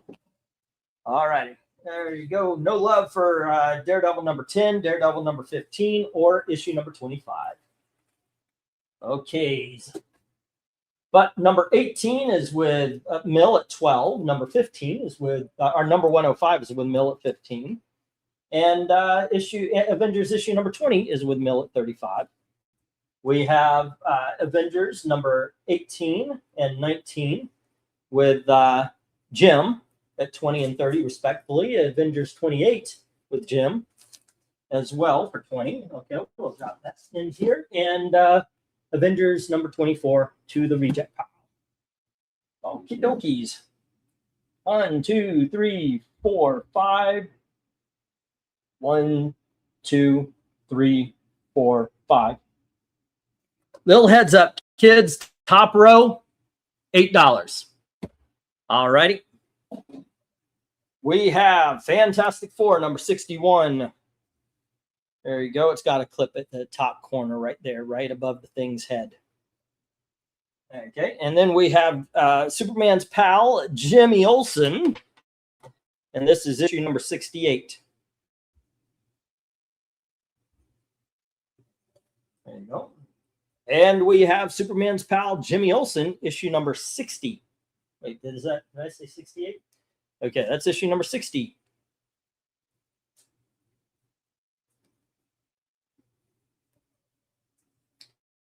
Here is Superboy, issue number 76. The first appearance of Beppo the Super Monkey. It is loved, this book was. The cover is on, but barely. Wait, is the cover on? I'm going to say the cover's detached. It might be on, but I forgot. All righty. There we go. And Superman's girlfriend, Lois Lane, issue number 65. There we go. On the bottom row, we have Superman's pal, Jimmy Olsen, issue number 54. Still, just like this one, 10 cents. There we go. And we have issue number 69 of Jimmy Olsen. I know one of these are the first appearance of one of them. I forgot which is, if it's Flamebird or Nightwing. Then we have Superman issue number 193. You know what? I shouldn't put that one there. Where's the Superboy? Yeah. Oh, well. Let me put this one in the middle. This is Superboy Annual number 1. It's got the Browning on the cover, as you can see. but otherwise it is in fantastic condition. The square bound is good. There's no, well, I can't say no, because right at the top you can see a little brown creeping in on the cover. And there is a little bit of a clip right here on the corner. I mean, it's barely, you really do have to zoom in to see it. Right there, you see where it says comics on the comics code. If you go to the right, you'll see just a little bit where the colors, where the top of the bag is. So we got that going down. Let me see if I can't find any more. You see this is just discoloration right here. And then we have this right here on the bottom cover with a line, and it looks like a little clip out of the cover right there. All right, going on the bottom, we're clean. But I mean, that is in great condition for what it is. I looked on eBay. In this condition, I see it going anywhere between 20 and 30 bucks. So there you go. And then we have Superman number 193, and that's a double size. It's a little bit rougher. You can see the lines up the side there. All right. And finally, we have Defenders issue number 18, the first full appearance of the Wrecking Crew. All righty. Bidding begins. Price is marked as soon as I get the go for lot number 12. We're on lot number 12 already. There we go. Go for lot 12. All righty. And today we are searching for damn near 400 for the rent. So if you guys want to do the, I might do the, if you guys want to pay in advance, get credit and such. I'm not quite sure we're going to make that. Apparently, Gail didn't know the money I gave her was going towards rent when the kids asked for things. She gave them. So, any more Dazzler issues coming up? There is an entire lot of Dazzler coming up tonight at the next $3 lot. Took me 3 months to get rid of one of my, she kept occupying my Saturday nights. And now I spend my Saturday nights bidding on comics. Does that mean the top row is, no, the top row is $8. I said that at the beginning there, sorry. Beppo says, not my monkey, not my circus. Yeah. Yeah, the top row is 8 and the bottom row is priced, is marked, yeah. Okay. And let's see how it goes.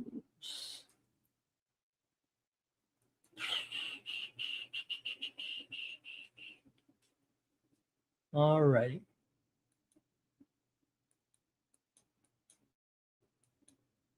And now the end is near. Okay, so we've got 8 on B, C, D, and E, and 10 on F and G. All right, almost all the Superman stuff. That is Jimmy Olsen, and Superboy. Jimmy Olsen, and Superboy. B, C, D, and E. Okay. What are those Jimmy Olsen's numbered again? It is number 60 and number 68. And the Superboy is issue number 76. All right. 60, 68, 76.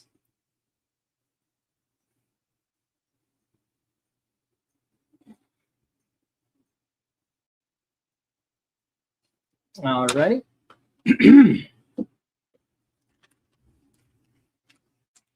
And let's see. E was Supergirl, or Superman's girlfriend, Lois Lane. And that is Jim at 8. 1, 2, 3, 4, 5. And then it was Jimmy Olsen again. And Jim at 10. And 1, 2, 3, 4, 5. Jimmy, Jim, 10. Alrighty. Out of the bad condition on A. Please give me just a second. I will get right to that. Alrighty. As I see, we've got 15 on H from Mill. H being the Superboy annual number 1. Alrighty. That is Mill 15. And 1, 2, 3, 4, 5. And that is E. And he says 15 on J, the Defenders number 18. Alrighty. Defenders 18, Mill.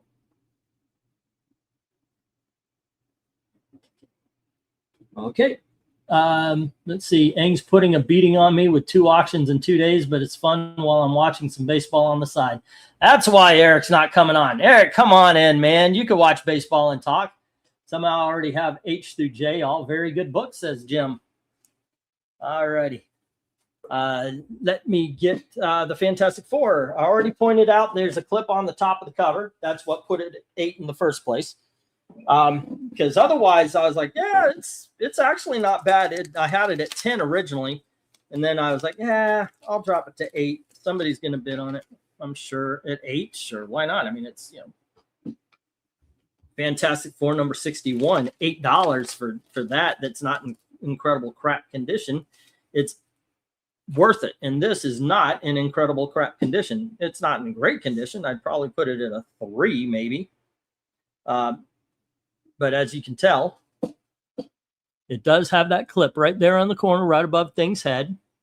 You do have stress around the staples right here on the bottom, right there on the top. All right, see that? There are some dents you can see on the cover. They're right here, right here. When you hit the light with them proper, nothing color breaking I'm seeing. Rounded corner on the bottom and the top. On the bottom, and of course I showed you the top as well. Back's dirty. That can clean up, though, if you are inclined to do that kind of thing. I'm going to learn how to do that. Staples are in there all right.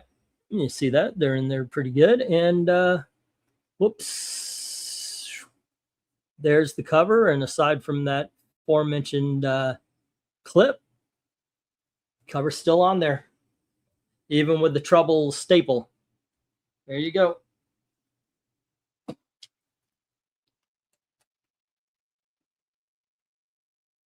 And I've got it at $8. Excuse me.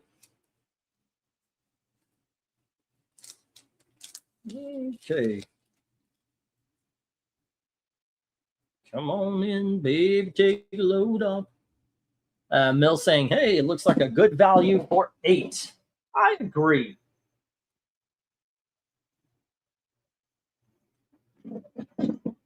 Okay, I just got the end of the 3 minutes.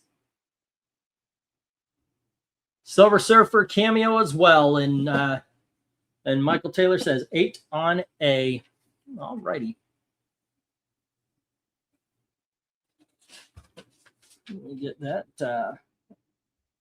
That's Fant 4, 61, Michael Taylor, 8. Okay, so what does that leave? Jim has the Jimmy Olsens and the Lois Lane on the top row. Michael Taylor has the Fantastic Four. So the entire top row is gone. Jim has the Jimmy Olsens, and Mill has the Superboy and the Defenders. I think the Superman 193 or whatever it is down there is the only one without a bid. That is not too shabby. Okay, let me put the 1 minute warning in here as I write down everybody's bids from the page to their personal pages. All righty, let's go. 1 minute warning. Warning, danger, Will Robinson. Alrighty. Also, I'm trying to get in like Trusty or somebody. God bless the evil black cat. He can't talk. He can't speak loud because of the people around him sleeping and such.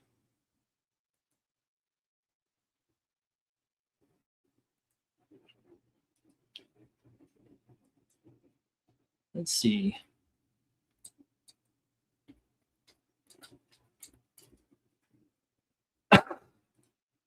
Bum, bum, bum, bum, bum, bum, bum.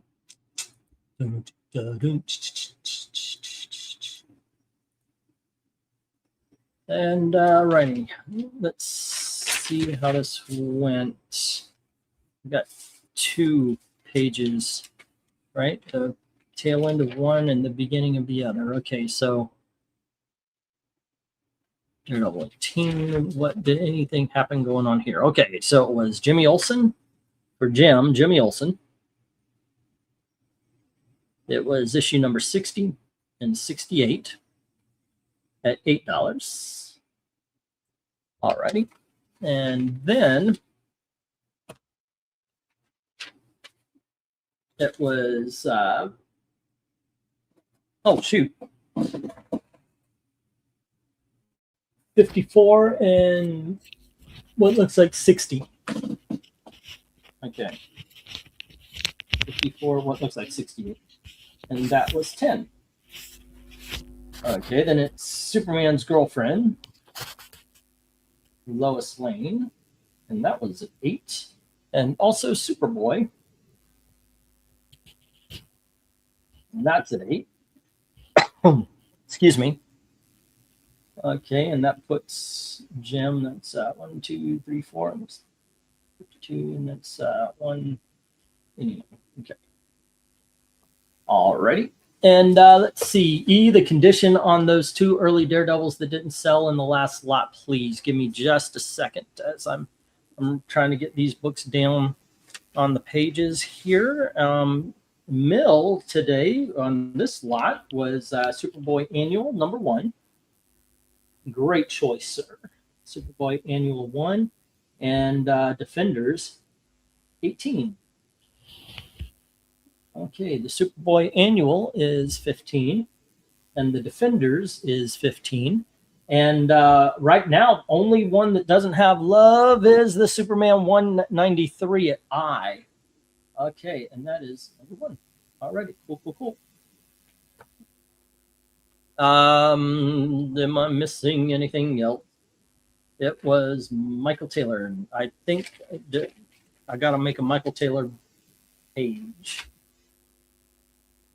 And that is issue Fant 4 61. And that is at 8. Okay, cool. And with that, we are all good. So I am going to hit the stop and get this round down, get the next round up. All right, cool. Now we're cooking with gas. And hello to Mr. Eric Breen. How did your baseball go? Did you win? I wasn't watching baseball. Oh, Mill.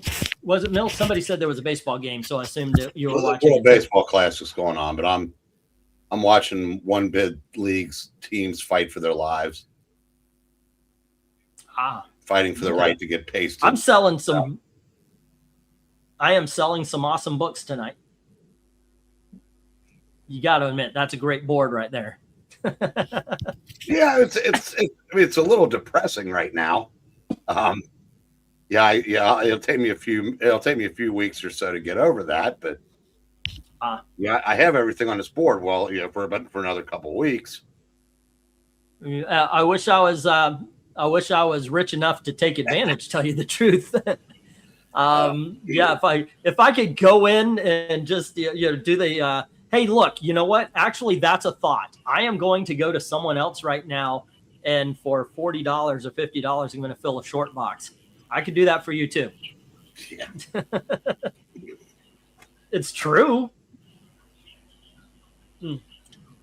I'm going to go to a convention and do that. Might as well do that with you. All right. So this is the only book, the only one that got no love right here, kids. It's a 100-page. Oh, by the way, hello to One Slick. Oh, he dropped. Superman 193, kids. It's a great book, but it's going to hit the reject box. Okay, so Fantastic Four is 61 is with Michael Taylor.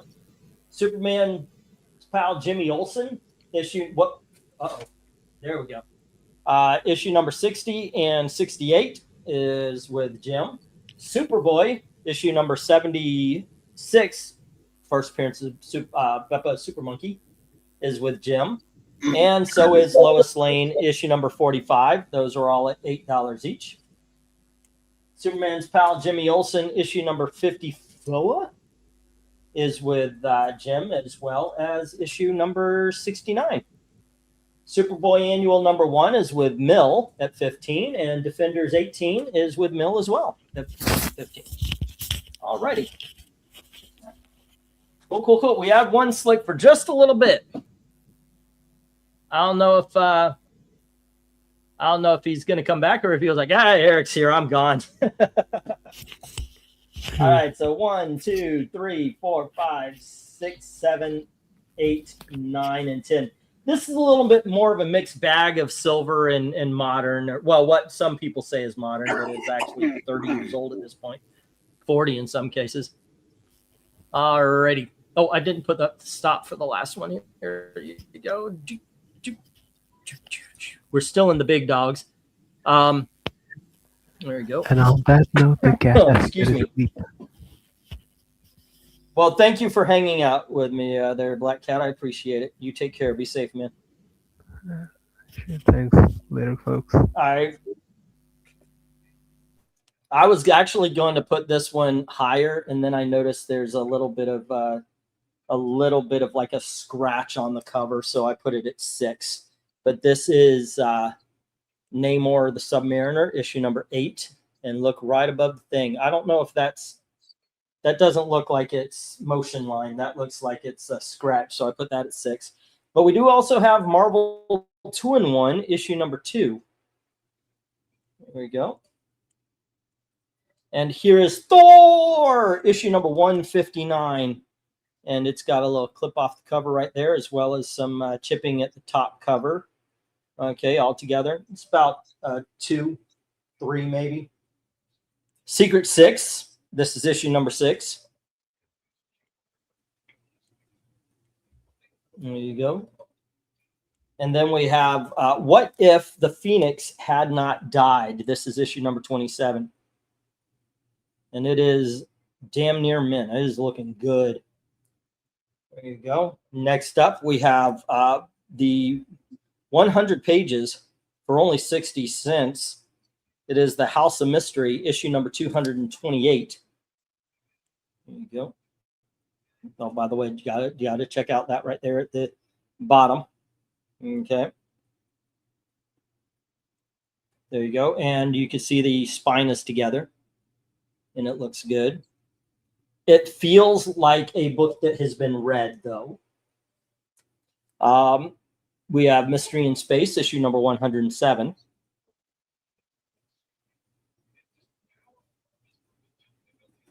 Here is the DC Presents Elseworlds 100-page spectacular, or How to Microwave a Baby. All right. And then we have X-Men Annual number 6, X-Men versus Dracula. And finally, excuse me, we have the Avengers issue number 109, Hawkeye Quits. All righty, bidding begins. Price as marked as soon as I get the go for lot number 13. Okay, go for lot 13. All right, E, condition on the 2 Daredevils. Okay, let me go check out those Daredevils. So, Eric, I'm going to ask you a question because I like to talk about these things. Where do you go to on this board? Like, what is your most...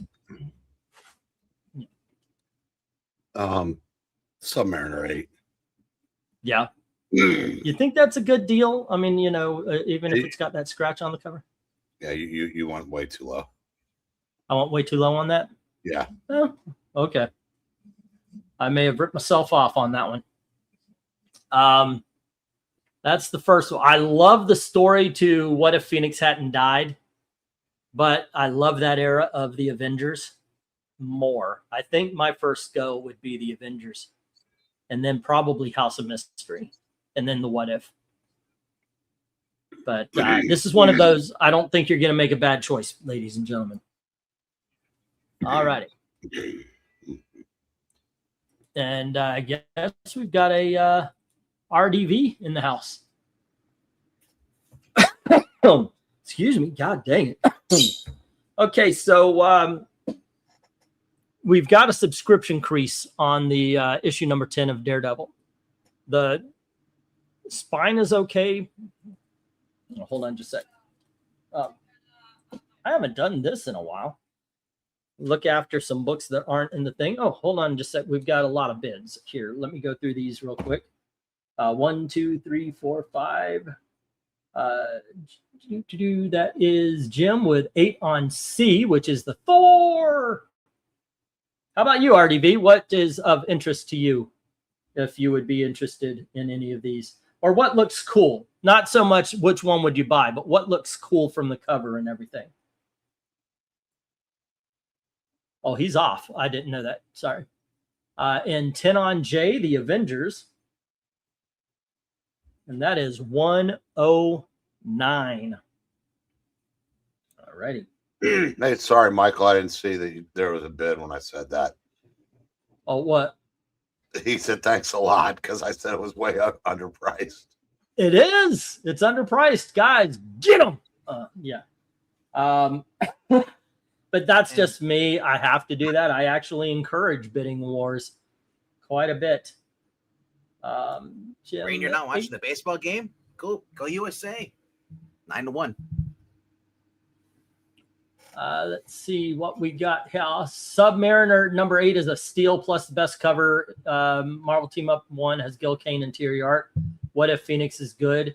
I'll guess Daredevil 10 to be 3.5 and 15 to be 5.0 just from first glance, says Mill.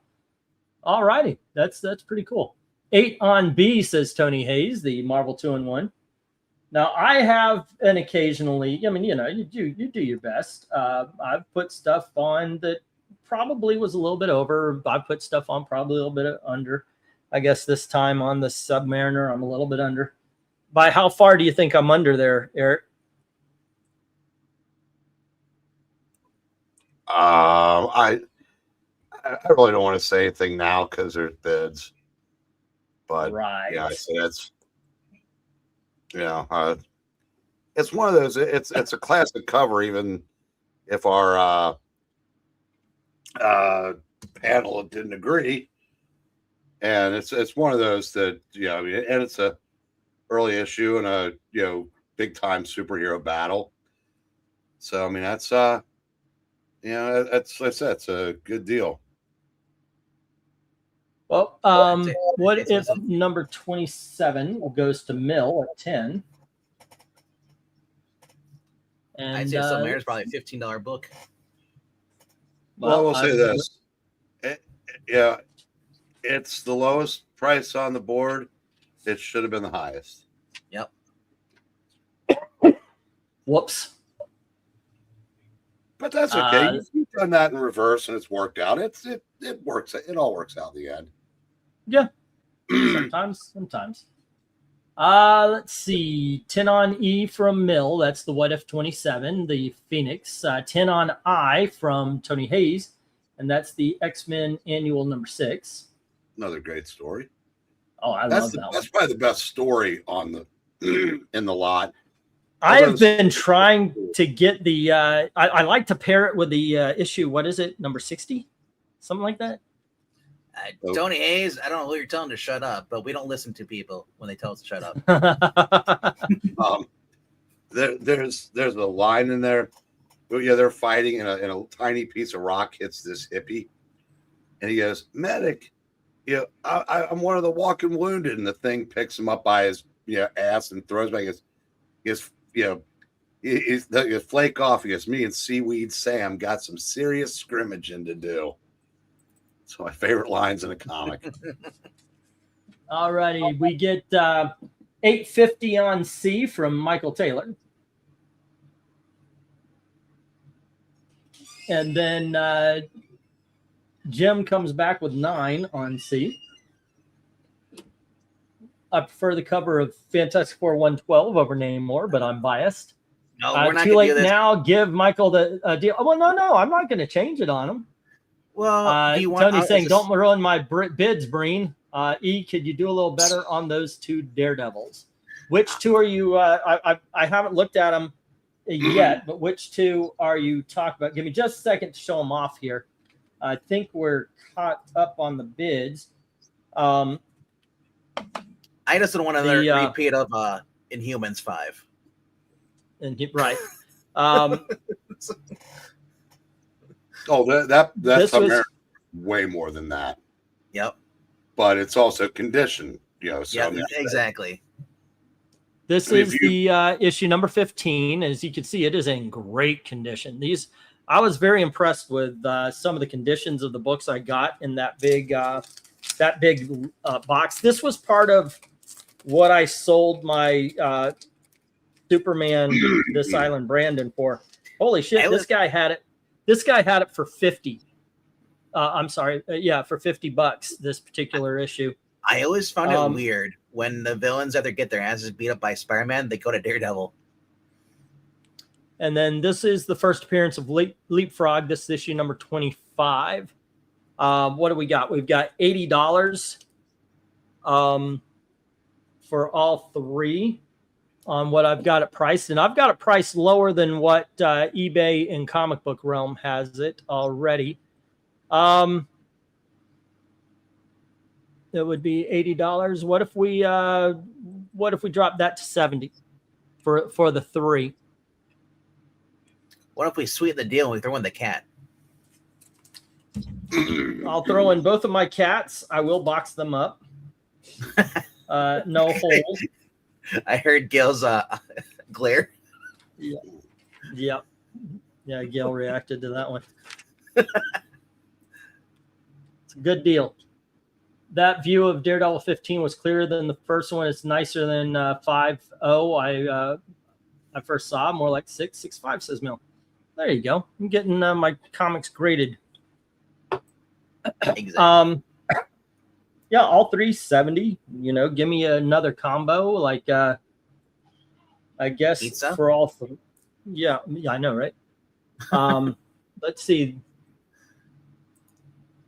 Had these at 40. Oh man, I these are the kind of books that if they don't sell today, they do sell tomorrow. I guess I could go 30, 35 on these. Or if you want whatever combo, I'm trying to figure out. Let's go. I don't know, 50. They're commenting that the first time you showed that book, there was a huge glare on it. Now they can actually see the Daredevil book. Yeah. Oh, these are in really good condition. I'm like I said, there's some books that I got. I was like, holy crap, this is really sweet. Yeah. But let me know what you would like there, Michael Taylor, and let's see what we can do. Let's see what we can work out. Help me, help you, help me. Help me, help you, to help me. That's actually kind of what's going on. Yeah. It is. We do need this is rent week. So we can't afford to sell another kid. Oh man. Yeah. Excuse me, at the end of the evening, I may do the advance credit thing. Apparently, Michael took the deal. Just to help us out. $35 deal. 35 deal. That would be on. Oh, on these 2. There we go. So I keep the Animin. And Michael Taylor gets Daredevil number 15 and Daredevil number 25 for 35. All right. Nice. So is Glenser here tonight? No, I haven't seen Glenser in weeks. Yeah. I wonder if he bet the Carolina Duke game tonight. Carolina was getting 16.5. And that I would have bet Duke to cover that in a heartbeat. And second half, Carolina's down 1. Next time I look, they're down 23. Oof. So I changed the channel. The last thing I want to see is, Carolina's best player broke his thumb Thursday. They're done. Yeah, but Duke let him back in the game. They got it back down to 15. So one more Duke basket and they cover. And Duke runs the clock out. So anybody that had Duke was just absolutely beside themselves. Wow. That's why I don't gamble. I mean, I said that looked like the most sure thing in the world. I would assume everything that's gambling, it's always rigged. Not all of it. I mean, I said there's no reason for Duke to score a meaningless basket when they're up 15, unless I'm just saying it doesn't make me feel any better when I hear about the guy got arrested for racketeering last year. That's been going on since day one, but that doesn't mean they're all rigged. Well, I mean, if you're going to Vegas, the gamble. Well, let's put it this way. Excuse me. When instead of dribbling the ball out, tried to score, then you could suspect that maybe he had the spread. But God, it's amazing how often they are right on the line too. Did Michael take? Oh, by the way, yeah. If you guys think, hold on, just a sec. Hold on, just a sec. No, Mill did. Mill just he says if Michael didn't take it, Mill will. Thank you very much. So I got you down for Daredevil number 10. Yep. If you guys look at something and it's not to your pricing, see if you can make a deal. There are times I'm going to go, especially if it's the first time it's being seen. I might, like, if you go too low, I might say, no, I'm going to keep it here for just a little bit. But the thing is we could always make a deal, so give it a try. Just don't insult me, like if you're looking at the Elseworlds here and you go, I'll give you $3. Yeah, come on. No, that kind of thing. But otherwise, yeah, let's make a deal. Right now, let me get the 1 minute warning here. So do you accept 33 cents? That'll get Jay in here. I would not, no. So Jay has to stay out. Yeah, I got the reference. Actually, I'm holding a small envelope for Jay right now, of books. I wonder if he forgot I have them. No, he owes me. So, I was putting the books together, trying to find out how everybody's shipping is going. Like Clint, I've got probably about 6 or 8 books. The thing is I'm more likely to hold books longer than the 3 months if you're here. Like Krenez, I actually held his books for a year because it would be like, well, Clint, or Krenez, the 3 months. Oh, there's Krenez, and he bid on something, and he says, okay, hold these. All right, but at least he was always there, so I know what he's doing. It's like Austin. I've been holding a lot of books for him, Eric and Boyd for a while as well, but they're always here. So, okay, I know what's going on. I did have to pull some people I forgot were even here, like Killer Dolphins. Somebody named Killer Dolphins. No Dolphins, yeah. No, Black Spiders paid, but Brian Stam hasn't been around since. I write on the pages. On the pages, like at the end of the night, I'm going to write 3/7/26, and Brian Stam hasn't been here since I think it was June of last year. So I know he was popping up in our live streams on our stuff. Not recently though. Every once in a while, he just so pops up, like, though. Yeah. if I do see him in my chats, I'll let him know. I'll just be like, "Hey, okay, bro." yeah, because I've got everything ready to go back into. I'll single him out. I'll stop the stream. I'll single him out.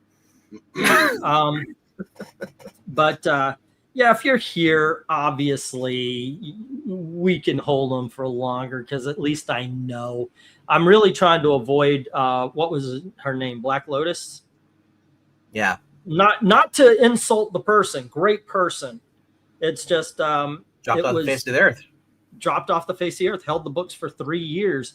And I'm sitting here going, wow, I need books to sell. I need books to sell. And yet right there in the thing for 3 years. You never know. These people have problems. They're homeless. They could be. I hope she's okay. I hope she's okay. Because once again, nothing to do with the person being good or bad. It's just if they drop off the face of the earth, what you going to do? I sent like 3 messages to Vezerin. I was holding Vezerin comics. And I sent 3 messages. I say, hey, because what I do if you have if you do the credit thing where it's like you pay 150 in advance, get 200 credit, that kind of thing. He did that. But the thing is at the end of the credit, I send the books, right? Or I'm supposed to. But yeah, when you have story insert credit and he still has $75 credit. I have no clue what happened to Vezerin, and he's been gone for 2 years. So I was like, okay. Books are in circulation, but the thing is, if he does show up, I'll give him full credit again, just to be fair and such. But anyway, that's the story. Let me get these down. We'll get the next round up here, guys. We've got one more lot of big dolls. Okay, let's see if I can't remember this from memory. This is surprising to me. These 2 right here, I am shocked, but they are rejects. I also want to point out that I want to ask you, so is this who's paying you to say good things about me? Right? Or you could be confused with Eric. Michael Taylor got the Submariner at $6, even though you're talking it up. Because look at this thing. Look at this book. It is in such excellent condition other than that right there. So the little dent, yeah. Yeah, it is. It's awesome. But that's Michael Taylor. Tony Hayes has Marvel 2-in-1. Oh, wait. Who ended up with 4? There was a bit of a bidding war. Gail did. Let me see. Thor. No, Gail will not do that. She's like, I will not give the people what they want. I will never say Thor again. I am retiring Thor. Thor went to Jim at 9. It's a true story. Your stills dropped when she stopped saying Thor. I know, right? Mill has the What If Phoenix. Oh goodness, Tony Hayes, right? With the Dracula. Yep.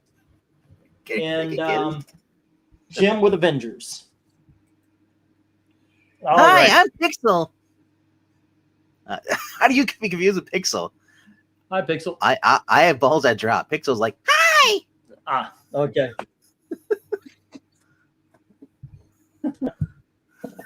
Okay, kids. Next up, last lot of big dogs. We have Amazing Spider-Man issue number 333, and we have the Spider-Man Wolverine. This is the Prestige format reprint.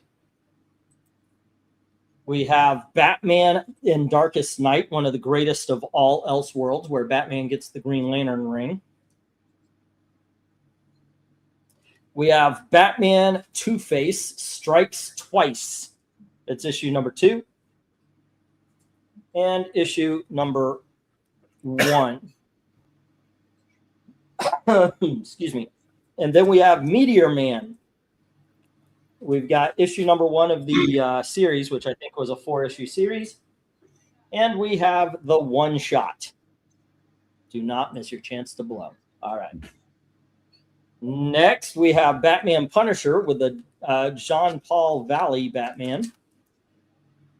There you go. I think the other one's Punisher Batman, but this is the one we have. And then we have the Batman Facsimile, issue number 400, first appearance of Man-Bat. We got Batman and Elma Fudd. There you go. And that is first print. And we've got, excuse me, the Adam Hughes variant of Deathstroke Inc. #1 featuring Black Canary. And we have Catwoman issue number 40. And this is the Bullet variant. All righty. Yeah, that was I don't remember who it was on Deathstroke Inc. I don't think it was Christopher Priest. I think it might have been Josh Williamson. But that's go ahead. 11, 12, 13. Go for lot number 14, guys. Price begins as marked. The Black Canary, that book's only a couple years old. That was actually a pretty decent series. Because Adam Hughes, he's so hot right now. You had Deathstroke and Black Canary were teaming up to go infiltrate a city they've been taken over by Queen Bee. So I like Queen Bee as a villain. So here's something that made me chuckle. If I have to pay $7.99 to rent a 30-year-old movie off Amazon when I have a Prime subscription, then we should just reopen Blockbuster. I'd rather have their employees judge my life choices. That's funny. Okay, let's see. Mill. What if that was what if number 27? Mill had what if 27, 10. That is okay. And then let's see. Austin. Did Austin have a book from the last lot? Michael Taylor, Jim, Tony Mill. That was the one for it. Tony, Michael Taylor, Mill. Okay, dokes. Tony Hayes had Marvel 2-in-1 number 2. That was at 8. And then Tony Hayes had X-Men Annual 6. And that was at 10. And let's see, I do believe that was it. Tony Hayes, and that is up to 55, 65. Cool. All righty, and let's see, Jim had 4. I forgot the number. 4, and that was at 9. And then let's see, Avengers 109. And that was at 10. And that was that. Michael Taylor had Daredevil 15 and 25 at 25 and 10. And then Fantastic Four 61 got that. And I do believe that is that for him. So everybody is taken care of. All righty. E, did you get my 35 on the... Yep, that's what I was reading off. All righty. So far, no... Oh, yep, Tony Hayes. I thought there was... it was going to be an empty... 1, 2, 3, 4, 5. Tony Hayes says 8 on B and 8 on C. The Spider-Man Wolverine and the Batman... You know, usually I go 10 on that one. That's a good deal. That is a great Batman issue. All right, and that is Spider-Man Wolverine, Spider-Wolf. Tony Hayes, 8. And 1, 2, 3, 4, 5. G is Batman Darkest. And that is 8 on C. That's Tony Hayes at 8. Okay, how about you, Eric? Where would you lead people? To the sack bar. I'm not going to say the detective facsimile because it's facsimile. Oh, that's very cool. But right. My favorite, and yes, the Elseworlds is cool. The Batman Two-Face, that's done in the Dick. I think it's Frank Springer doing the art, but he does it like Dick Sprang. Yeah. So it really feels like something out of the 50s. Springer and Spring. But Batman Elmer Fudd was just a blast. I mean, that is really good. It is very much a noir story. It's done very well. And no, Tony, nobody bid on the Batman facsimile yet. I'm sorry. It's Austin. Yeah. I thought we had something in Tom King there. Boy, what a disappointment that turned out to be. I know, right? That was a great book, though. Here's what I've learned: a lot of bad writers hire better writers to write their stories. So when they actually are forced to write their own stories, they're like, "Oh, that's really horrible." I'll tell you what. Dan Slott stuff. Eric recommends this, so if I'll tell you what, how about 12 instead of 15? It's $6 an issue, which is just $1 over cover price. I know. Besides, I mean, what the facts is go what is go ahead. That's what he's talking about as far as the art is concerned. I like the. Listen, I don't even care this a facsimile. I like the Man Bat, Robin Batgirl and all that stuff. But honestly, if I was going up for Spider-Man Wolverine's always a great thing. If you've never read the story, but I got that's probably the top middle three right there. Spider-Man Wolverine, Batman Elseworlds, Darkest Nights, the Two-Face. Yep. Then I would also go for as far as Selena Connell, Catwoman. I'm not sure which run that is. Is that Brubaker? No, that's Genevieve Valentine. Is the this is absolutely. I don't know the story myself. I do know that this is a book that its value is run on its cover. Mm. Yeah. So it probably Austin is asking why is a $8 facsimile? Probably because it's probably old. Yeah. Some of them are more than others at this point. Yeah. And a lot of them have to do with how popular the original was. I mean, damn, you could spend up to $30 getting the first Incredible Hulk 181. There's just some that are more valuable than others. This is one of them. Well, sometimes, plus facsimiles, this might be the only first time they've reprinted it in standalone versus a trade. Make me a deal if see if. But see if I go for it. Like I said, I don't know. I don't know anything about the Selena Kyle Catwoman story there, but I would just buy it for the cover. I know, it's such a great cover, isn't it? Yep. That sounds like really they did bullets. That's really one cool. book I'd be happy to have just a cover for $10. Yeah, if I ever make that mistake again, all right. No. Honestly, I get the Adam Hughes Black Canary, get the Catwoman, put them on your wall. If you want something to read, get the Spider-Man Wolverine, the Batman up there, and get the Batman the Elmer Fudd. I don't know what me and Eric can say to convince you guys that you're missing out on a great noir story. It's back before Tom King became King.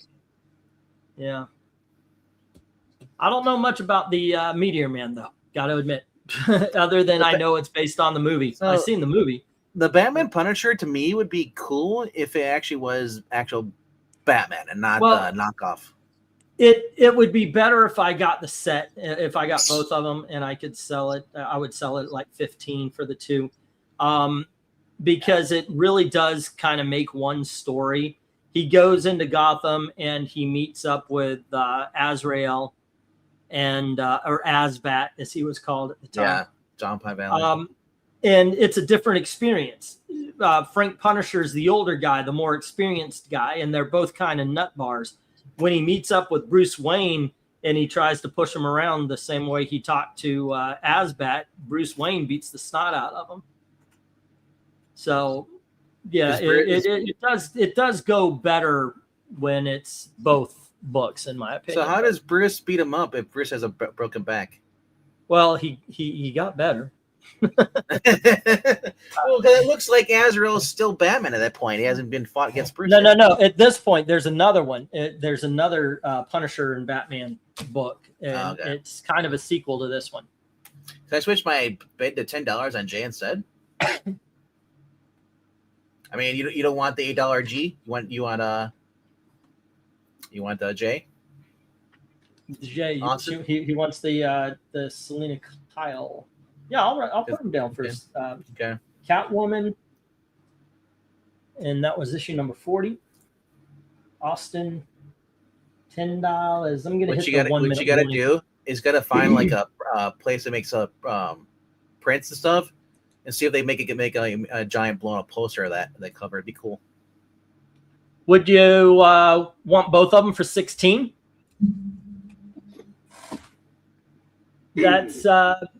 That's only $2 above cover price on the.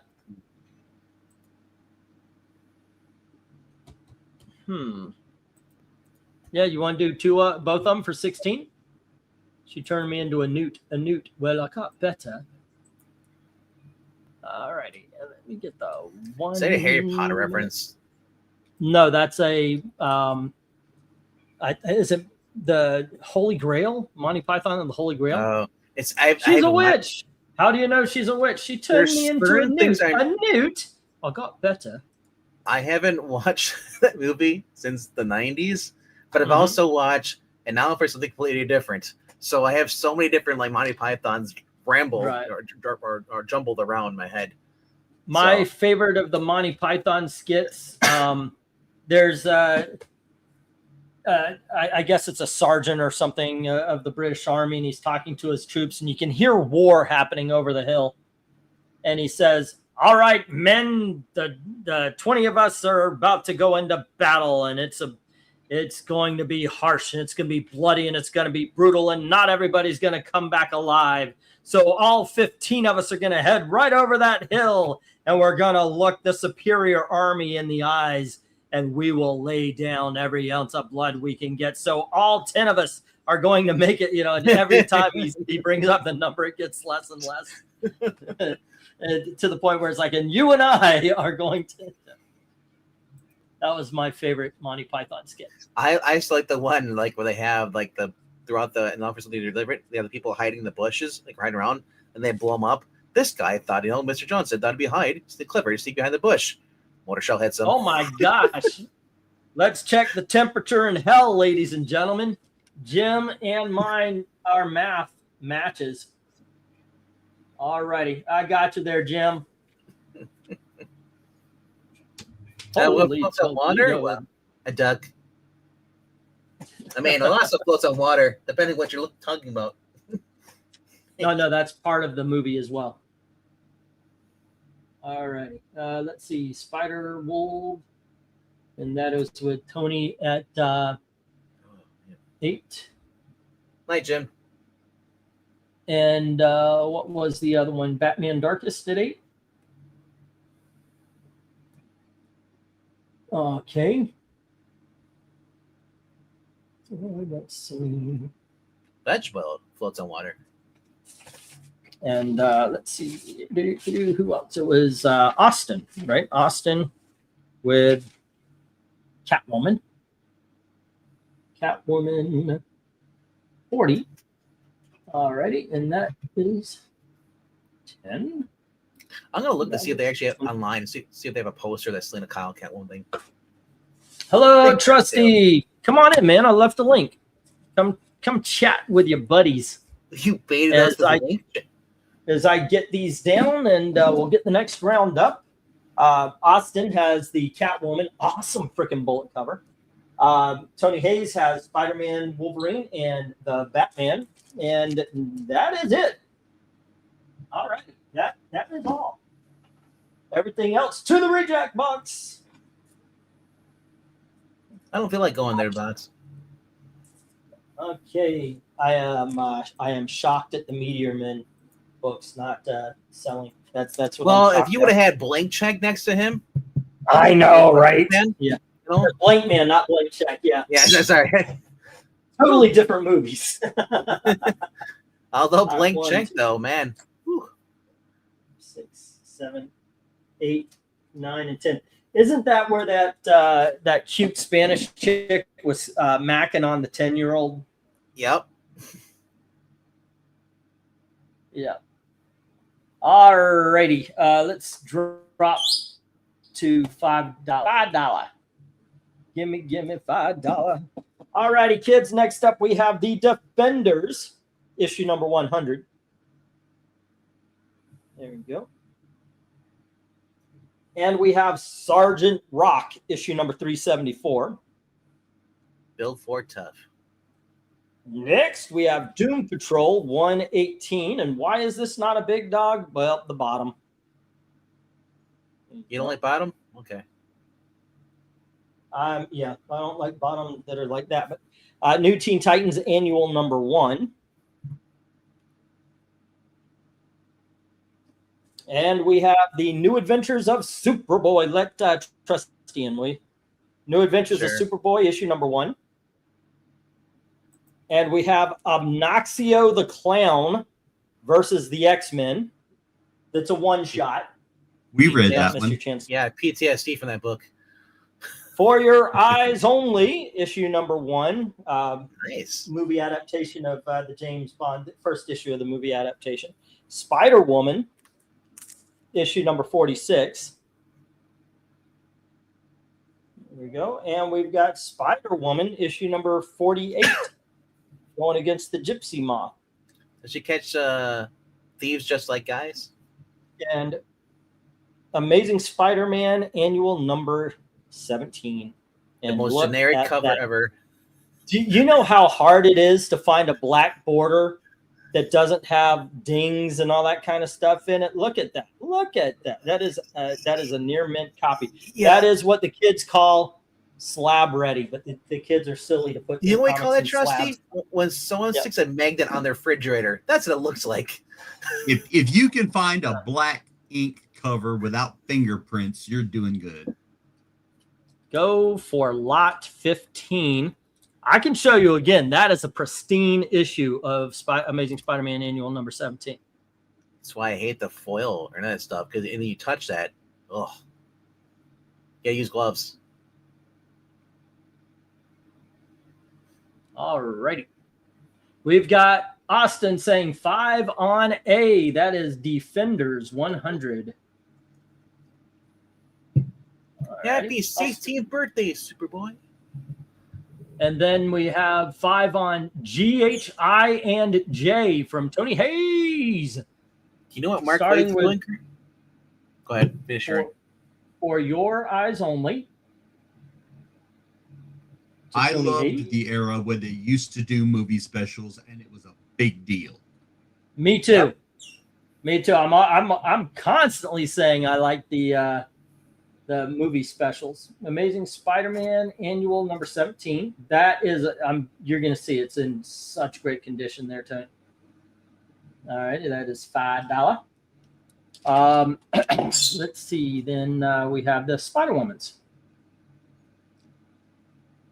And that was issue number 46 and 48. Tony Hayes, $5. Holy crap. We have a $5 lot that's selling. GHINJ, so he gets a Spider-Man Annual too. Yep, I got him down for it. And that is $5. 1, 2, 3, 4, 5. I was going to say, currently, Mark Waid is, well, remember how he changed the history and stuff? In actually comic books right now, they have Superboy meeting the Justice League, currently version of the Justice League Unlimited. Instead of meeting the Legion, he's meeting the Justice League Unlimited, age 16. I was like, why are we doing this? No. There's something wrong with DC. I think I'm Dr. Rockzo. I'm just rock and roll clown, and I do cocaine. Tony going where I would. Nice, says Eric and Boyd. For Your Eyes Only. When I volunteered at the museum, says Austin, they told me that the new standard archivist is to not use gloves. Just wash your hands thoroughly before handling. What? When you have your bare hands, you can feel better how careful. Okay, I see it. Yeah, all right. Great song, but she was so easy. Oh, Sheena Easton. Oof. Sheena was sweet. Sheena was very sweet. I like her sugar. I like her sugar walls. Yeah, most people definitely were interested in those. Yes. I would have rather had if you're gonna do Superboy. I don't think I did it in the back of the day, but I would have had Superboy have an encounter with Ambush Bug. Now, I know we got some bids from Tony, and we got one from Austin. Sergeant Rock, Doom Patrol, New Teen Titans, The New Adventures of Superboy, and Obnoxio the Clown versus the X-Men. What do you lead people to? What, Trusty? What do you say, guys? You got to get that. What would be? I mean, I've got it, but I would say D, the New Titans Annual. Oh, that's a great read. That's Marvel. And then, of course, the James Bond adaptation. All right, which is now in the hands of Tony Hayes. How about you, RDB? Tony is absolutely right. Nobody does it better than Carly. Right. From B to F, where do you go, RDV? What's a book you would recommend? From B to F? Oh, man. Sergeant Rock to Obnoxio the Clown, because those are the only ones not taken. I've never been a war person, as far as books, but I do love the art on those books. They're fantastic. Yeah, absolutely. I can't go and say the praise that they're the best stories ever, but I'll just say that the art is like really good. They let a lot of attention to detail. But as far as that, I mean, never been a fan of that Superboy. My Superboy wears a leather jacket. Okay. Yeah. but you're right, though. The DC War comics. Well, you just really told good. people 2 books not to get. What's the one book you would say to do get?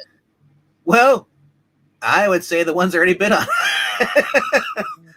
I'm talking about Breen's your guy who basically like I said, Titans is good annual. Any team Titans up there. It looks like a George Perez cover.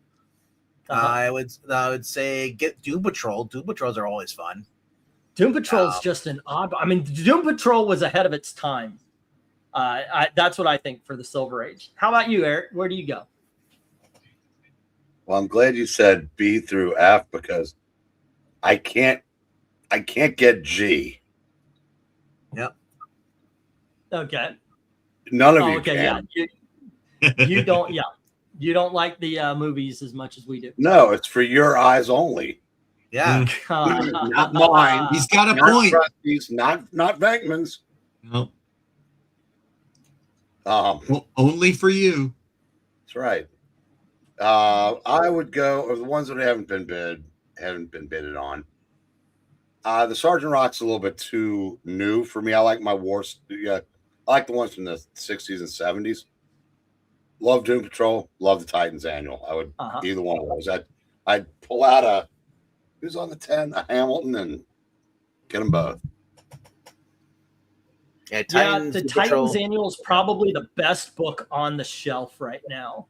I gotta say, the Doom Patrol is a heck of a lot of fun back then, and I would recommend that Obnoxio the Clown so much. But we haven't had any bids, so I'm gonna hit that 1-minute warning.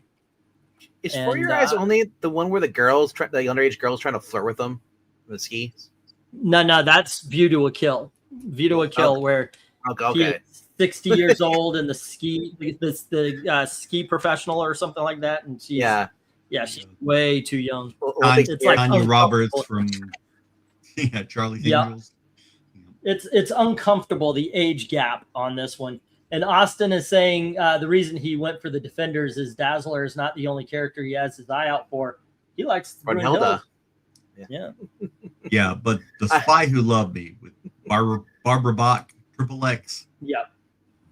Oh yeah, Barbara Bach. Barbara Bach, Sebastian Bach's and Catherine Bach's mother.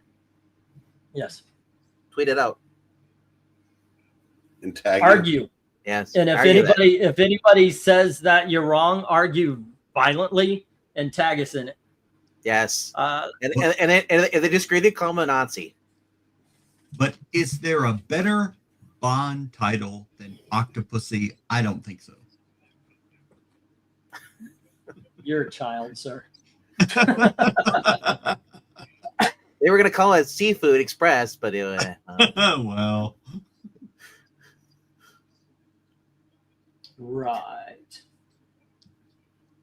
Alrighty. So Austin has the Defenders 100. Is the Tony knockup Hayes has the For Your Eyes Only #1, Spider-Woman number 46 and 48, as well as Amazing Spider-Man Annual 17. all at $5 starting price. I'm sure there's Okay, let me get these down, and we'll get the next round up. I'm sure there's a Ron Jeremy version called "Let's Get Chummy." Yeah, Trusty. These guys already heard this, but did you watch the Duke Carolina game? I did not. Yeah, did you see the final score? I saw the final score, yes. Okay, Duke was giving 16.5. And they only won by 15. And early in the second half, it was Carolina had the ball down 1.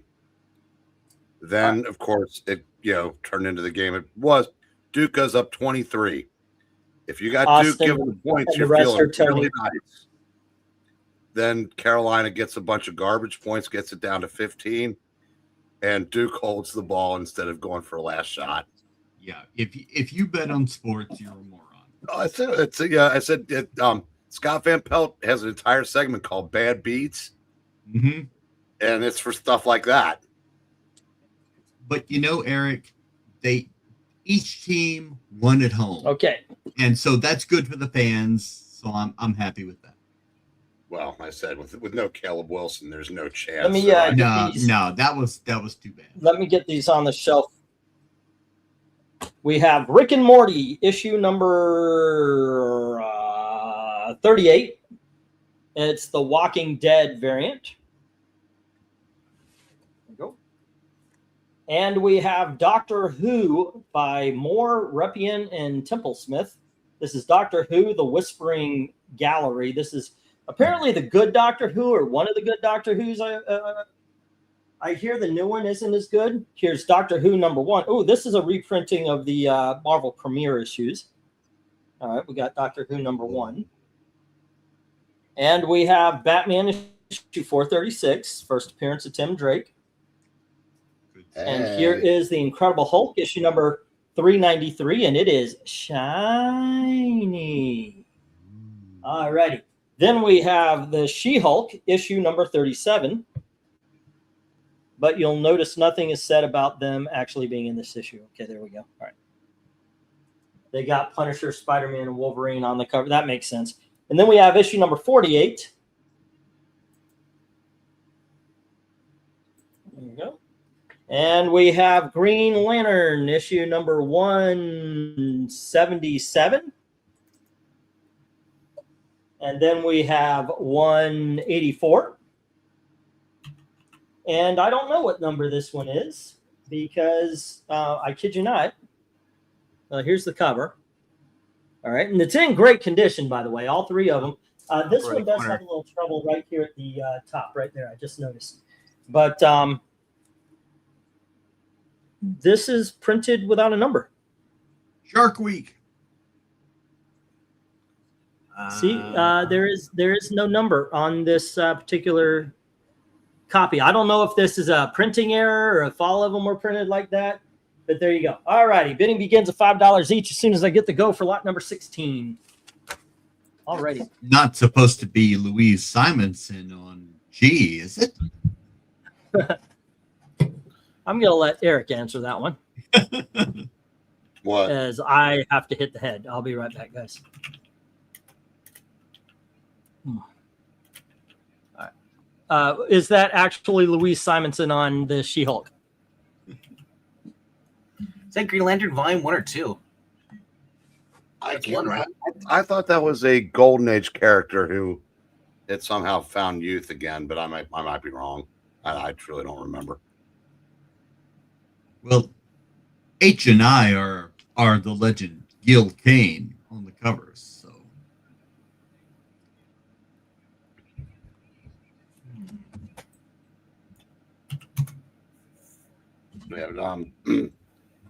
yeah, trust. If I were, I've never placed a bet on an individual game, but I would have taken Duke laying the points in a heartbeat. I thought they'd win by 30. I am one of those guys who never thinks that way. I don't care what the spread is. I think Duke and Carolina bring out the best in each other. But it doesn't always happen, but usually I think they play each other very tough.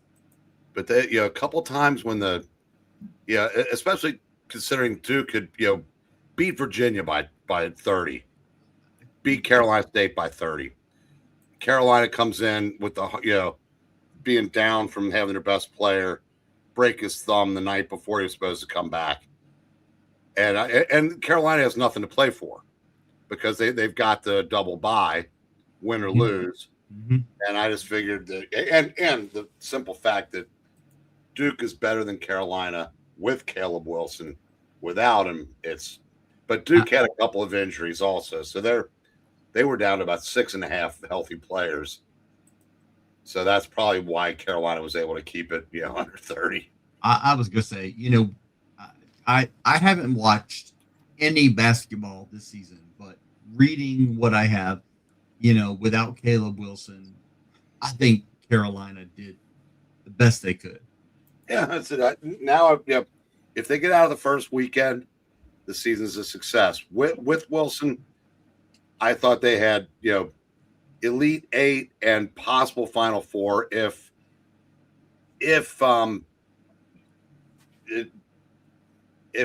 Connecticut had been a number one, but the problem is if Connecticut had been a 1, Florida would have been a 2, and that have been the toughest region. So because I said I honestly can't see Arizona or Duke losing in their. I think they can skate to the Final Four.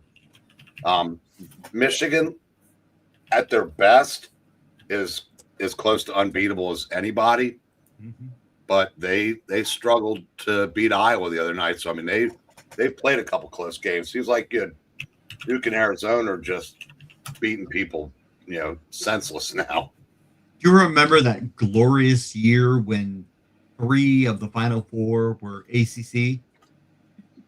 Yes, we got a bid. Yes, we got a bid on C, the Marvel Doctor Who, $5 for Tony. No, actually, this came in a collection yesterday. I actually I brought in some books, and I forgot that I brought them in. And so yesterday I was moving stuff around, getting everybody's boxes and such ready to go.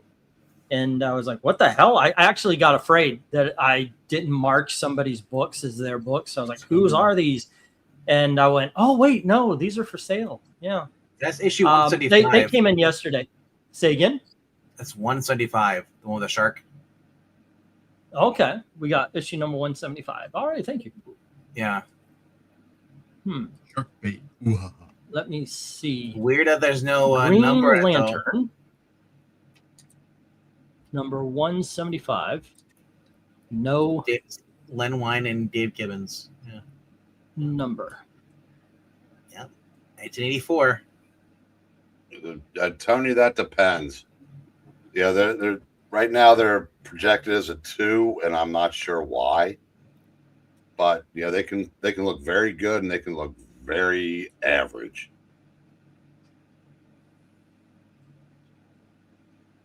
Don't know why you don't have a number in there.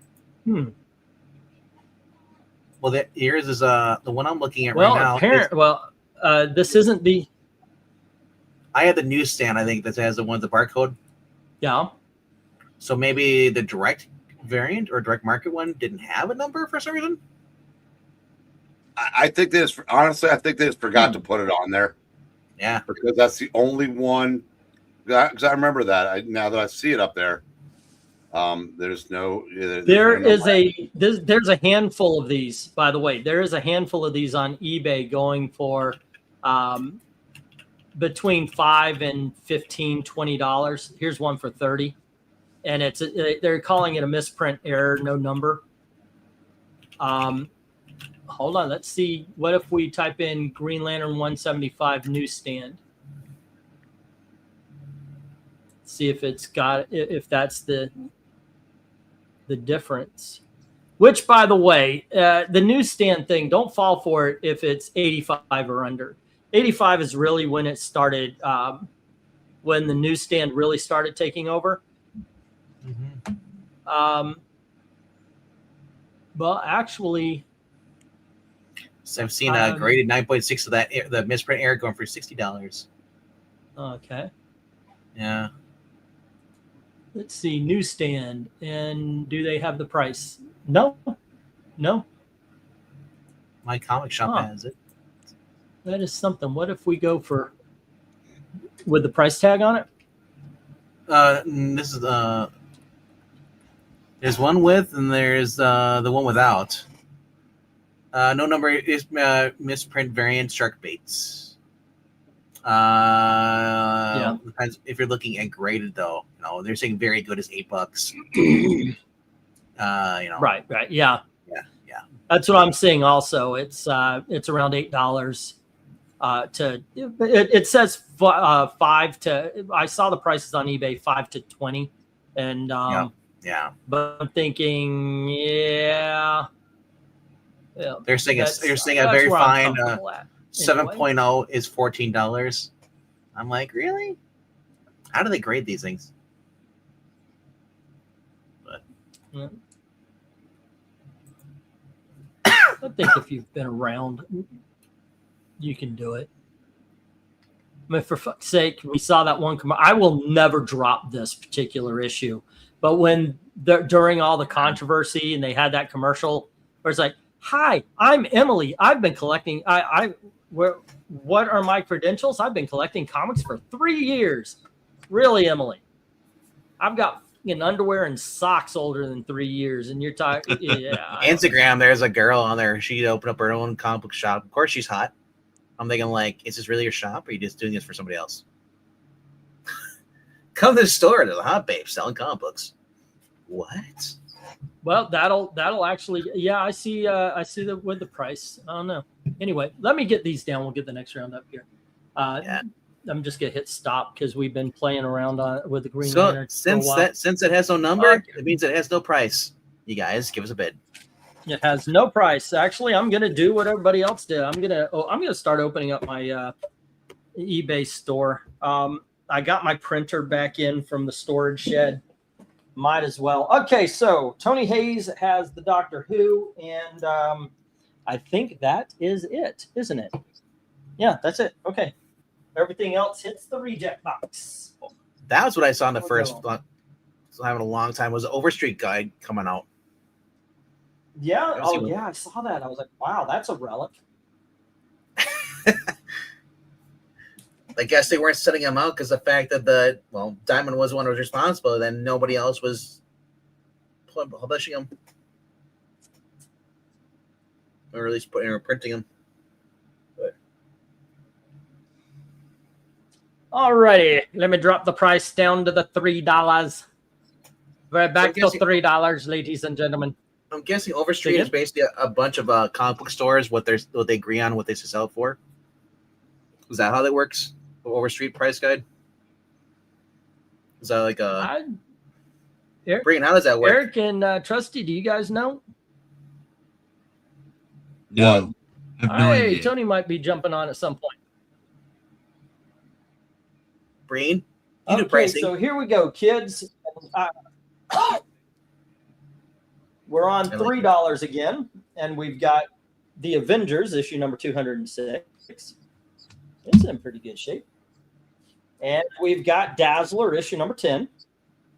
You remember the whole what if Dazzler became a Galactus Herald? That's the book. Uh-huh. And then we have issue number 11, where she's fighting Terex, the Tamer, of whom whipped the Fantastic Four. And then we have issue number 13. There you go. Dazzler versus the Grapplers. Next up, we have issue number 14, Dazzler versus She-Hulk, and the Blue Shield's in it. I liked the Blue Shield when I was reading Dazzler back in the day.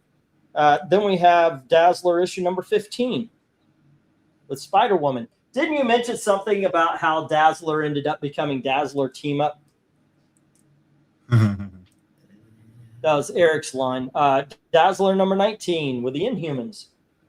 That would be a great... Okay, so... He's got the super voice, but she transmutes light, sound into light. Who would win? Issue number 20. I would like to think that Black Bolt would overcharge her. Here you go. Issue number 20. And then we have issue number 31.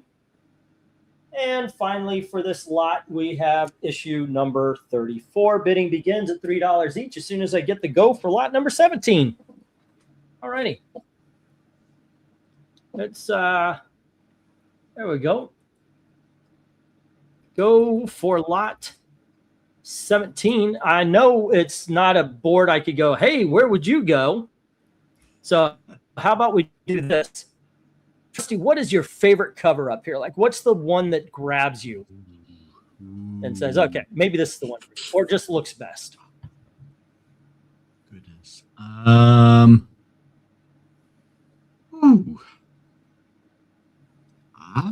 I think I'm kind of partial to A and J.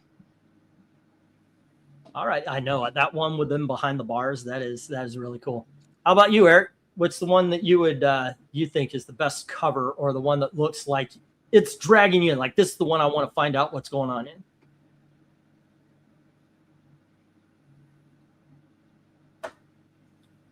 Oh, he's gone. Okay. Okay. RDB, if you've got an answer for that. As Sure, we've got we'll- Austin 3 on B, and you just bid on J. Okay. There you go. There, my answer. No, but Spider Woman. Hello. We got the. Also looks we got the femme fatales going on up there in that other top one on the top right corner. And then I guess is that Firestar, or who was she going against in that upper right corner? Which one? Who's the upper girl that's right? shining the light on her? Is that Firestar? Okay, no, that's Dazzler, and she is fighting the She-Hulk. Oh, Dazzler's orange. lit up. That's weird. Yeah. Crazy. I never liked the one with Black Bolt because I keep thinking it's Captain America. Ooh, all right, let's go. I always keep thinking it's Captain America All right. screaming, and then I realize it's Black Bolt because they see the little dot there, their little thing, Tootie Fork. Okay, so far Austin has Dazzler number 10, which is, by the way, my favorite cover. And RDV has issue number 34, J. But I just saw somebody else had just put on a whole bunch. Yeah, this is great. So far, only A doesn't have any bids. Only the Avengers? The Avengers doesn't have a Only bid? the Avengers. Yep. So, guys, if you bid on the Avengers, you win that. Trusty will read it to you in the voice of Stan Lee. That's right, true believers. He will announce your purchase in the voice of Stan Lee. Now, and for It's like $5 Pinky more, Sparkles from But I gotta Comcast say, TV. You get a woohoo. I gotta say, if you do announce it, you have to say face front. True believers, that's the way it goes. Yeah. and if you throw and if it gets up to $10 bid, guess what? He'll read Iron Man for you in Iron Man voice, but he'll also give you a putty Wonder Man. But Patrick Warburton. Yep. I gotta hear that. I have to hear that. Let's hear it there, man. Yeah, that's right. Huh? I'll do a little Patrick Warburton. You've never heard him? Oh, you gotta. Okay, there's one thing. There's one note. And by the way, I am an avid, or a rabid, I should say, Rules of Engagement fan. He ends every sentence with a, almost like an exhale. Like he says his words and then he exhales. I kid you not. Just to make it a little bit more. Dance, monkey, dance. Do what I say. No. Hey, he does impressions. I'm just I trying know. to help him out. That's all. Have I'm you, not you trying to be seen that rude video or where the anything. guy hires the Tom Cruise impersonator just for himself? Squeak, That's squeak, squeaker, squeak. You owe me a new acorn. Let us out and we'll kill you. I guess you don't know that line after that. I think you mean or Yzma. What I love that line. I think you mean or Yzma or we'll kill you. All right. So What is that? Austin put 3 on C and D, and that is issues number 11 and 14. And then Tony Hayes comes by and says E, F, G, and H. And that is Dazzler number, oh my gosh, it's way over there, and the number is so small. Dazzler. But it can't be too bad. I mean, you don't sound like Larry the Cable Guy. Get it done. Oh no, trust you'll get it done. You ever? That's right. Yeah, They're right there. Let's get her in. Y'all ever fart so hard your back cracks? All That's them funny pygmies stuff in right Africa. there. I don't care who you are. Yeah, it's a wonderful time when we're reading an Avengers book and Iron Man just starts like, "Hey Thor, get her done!" Just out of nowhere. I don't do that. Thor, go jiggle the handle. Yep. Roseanne and Eddie are supposed to be doing. I'm gonna say Eddie. I almost cousin Eddie. Randy Quaid are supposed to be doing like a TV show or a movie. I don't know if it's. I have to check out to see if that's. If they were filming something last year. I have to look to see if they're if that's still coming out or not. Okay, Austin puts 3 on I. And that is all the Dazzlers, yeah. Yeah. We don't care about accents as long as we can understand you. Oh, but Okay, you have a good Irish accent.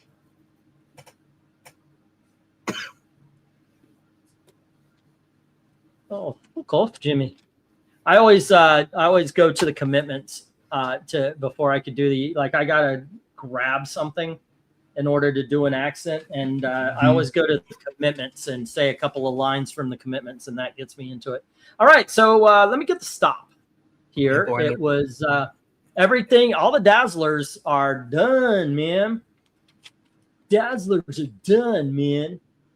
And what we had here was Dazzler 10 to Austin, Dazzler 34 to RDV.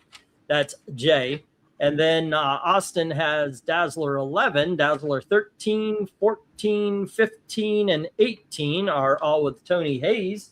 Austin picked up 31. No love for the Avengers, ladies and gentlemen. That is a bit of a shocker, but there you go. All right, let me get these down. We'll get the next round up. And can you do Michael Caine? Is Michael Caine? I'll tell you who could do a very excellent Michael Caine. And that's Michael Caine. Brian Shearer. The artiste. Right. But Eglantine, have you ever watched Dairy Girls? The who girls? Dairy Girls. I think it's on Netflix. Dairy Girls? It's on Netflix. Oh, it's on Northern Ireland. It's a bunch of girls. It's really funny. It's a great show. All righty, kids. Next up, we have Fantastic Four, issue number 219. There we go. And then we've got Captain America, issue number 244. There we go. And then we've got Spoof magazine. Apparently, they're doing All in the Family. This one, Archie Bunkum Lives Brawl in the Family. Oh, my dear Lord in heaven. I don't even know if I want to show up. Marvel did this? Oh, yeah. We've seen Brand New Day. Get a photocopy. We getting it to get a photocause, Whitey. Hey, dig 'em, man, like there are kind of cats. I shit you not. There's Edith Bunker, but look at the black guy. All righty. I didn't actually notice that, but here's spoof number 2. You can't be shocked at that. And then we've got Nova, number 12. And we have Doctor Strange, issue number 50. And we have Doctor Strange, issue number 51. Here is Doctor Strange, issue number 53. And we have issue number 54. Here is issue number 55. And issue number 56. All righty, bidding begins at $3 each as soon as I get the go for lot number 18. So you're telling me I can read 3 different comic books, the same story from 3 different versions? Fantastic Four with Rama Tut with the X Factor, also with Fantastic Four and Doctor Strange? Sure. Really? Oh. Well, when the FF were trapped 18. In the past, yeah. All right. There's also when Benjamin Franklin was knocking up or not knock it up, but shack it up with the Clea. There are only two things. No, wait, wrong one. He's English. There are only two. I can't do it. Sorry. I right now I can't find the English accent. I can't find English. Yeah. Like I said, I got to hear it a little bit, and then I can pick them up. Otherwise, it's way off. I only know the American accent. Because usually, if I'm doing British, I always start with, "Oh, so what do you want to do today?" Yeah. I don't know. What do you want to do Jungle today? Book. Yeah, I don't know. What do you want to do today? No, don't stop that again. Don't stop that again. Yeah, the Jungle Book. I always go to that to pick up the accent. Of course, that's the Liverpool. I always love Because that. they're imitating the Beatles. So also you got to remember, just like the Canadian accent, you want to end everything on an uprise, like they're asking a question. Excuse me. No, you got that's the Animaniacs. You're pulling from Animaniacs right there, brother. I get that accent. Yeah, that's badass. I was gonna say, I've always loved that Nova cover. Why'd you say that name, Uncle Ben? Right. Yeah. All righty. So Tony Hayes has 3 on Nova issue number 12. But that's part of a 2-part crossover. I think I had that issue of Nova. It's really good. Okay, let's talk about comics here. I'm going Doctor Strange. I hardly ever get Doctor Strange in. But yeah, I would go Doctor Strange on these. Those are some great covers on those Doctor Strange. Yeah, they are. True story. If you say Peter Quill 3 times, Dalton shows up. And by the way, I don't think Captain America gets enough love, especially in the late 70s, early 80s, like 244 is. Well, see, Captain America wasn't great unless he was Camp Wolf. Yeah, or of course the Falcon. That's it, Austin. That's it. Okay. That Nova is used as an example of a good cover in the How to Draw Comics Marvel. Don't tolerate that. You're better than that. Wait, what? I'm not into Doctor Strange, but I agree. Those are some really good covers. All right. You know what? I'm going to move on then. It just looks like this is what we're going to get here. When I was in college, down and we'll bring the next round up. We're running a little bit. Yeah. I was going to say, hold on. Let me say this real quick. Okay, Tony Hayes has Nova. Everything else hits the reject box. Okay. We're running a little hot tonight. It's just in case I have a lost. If I have a lost book, I like to say out loud who has what. That way, I can come to the thing and go, oh, okay. So Tony Hayes had Nova. Okay, cool. Everything else hits the reject box. All right, going ahead, Trusty. You were in college. I was in college my freshman year at William and Mary, and I had hurt myself in track practice, torn the ligaments on my foot, had surgery, woke up the next day, and they told me that my dorm had burned down the previous evening. Sure enough, coldest night of the year, my dorm caught fire and burned down. And one of the things I lost was my copy of How to Draw Comics the Marvel Way, and that was one of the first things that I replaced. Did you have a Star Wars script or something you're writing too? I had a Star Trek. I had a 12-page Star Trek comic that I had written and drawn that I lost in the fire. Yeah. Did you ever find out who started the fire? It was bad wiring. We didn't. It was a start. It started downstairs in the RA kitchen and just burned in the walls for a while before anybody noticed it. And miraculously, all right, no one kids. got injured or hurt. No one was hurt. No. We're back to the $2. We've got this one and then 2 others left. We've got Namor number 1. But my wife was in the same dorm. Nice. We have Solomon Kane number 1. This is a double-sized first issue. And we have Deadpool Last Days of Magic number 1 by somebody named Dugan. And then we have NFL Super Pro number 1. I know, baddest comic up here. That is awesome. The Amazing Spider-Man epilogue, Spider-Verse epilogue.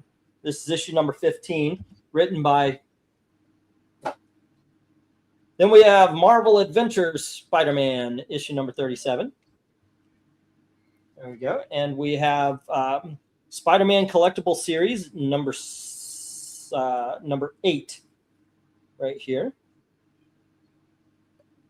And we have issue number 9. These were newspaper inserts, I believe. And then Amazing Spider-Man Flashback. There you go. And finally, we have the official Marvel Index to the Amazing Spider-Man Book 5. All righty, bidding begins at $2 each. Soon as I get the go for lot 19. Okay. All righty, go for lot 19, Spider-Man lovers. All right, where do you go to on this book, and why is it an NFL Super Pro? Well, I just like the drawing on the bottom right corner of Spider-Man. You're hardly going to see him from that angle.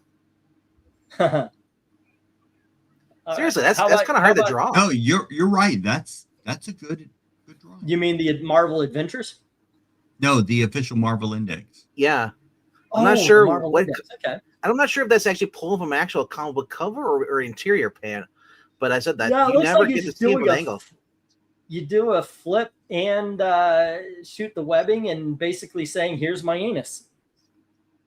It all comes together like that. It's tainted love, okay? It's taint love. I suppose if you work under the bridge, you'll think that way. Of course.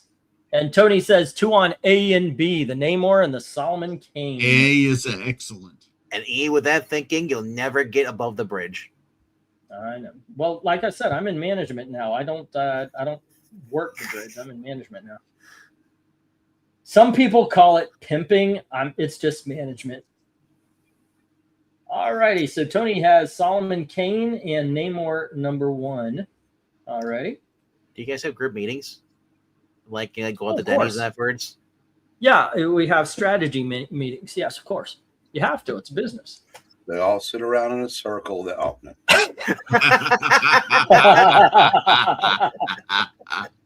All righty. Tony took Super Pro as well. Okay, and the Marvel Index. Okay, cool. Have a good night, Eric and Boyd.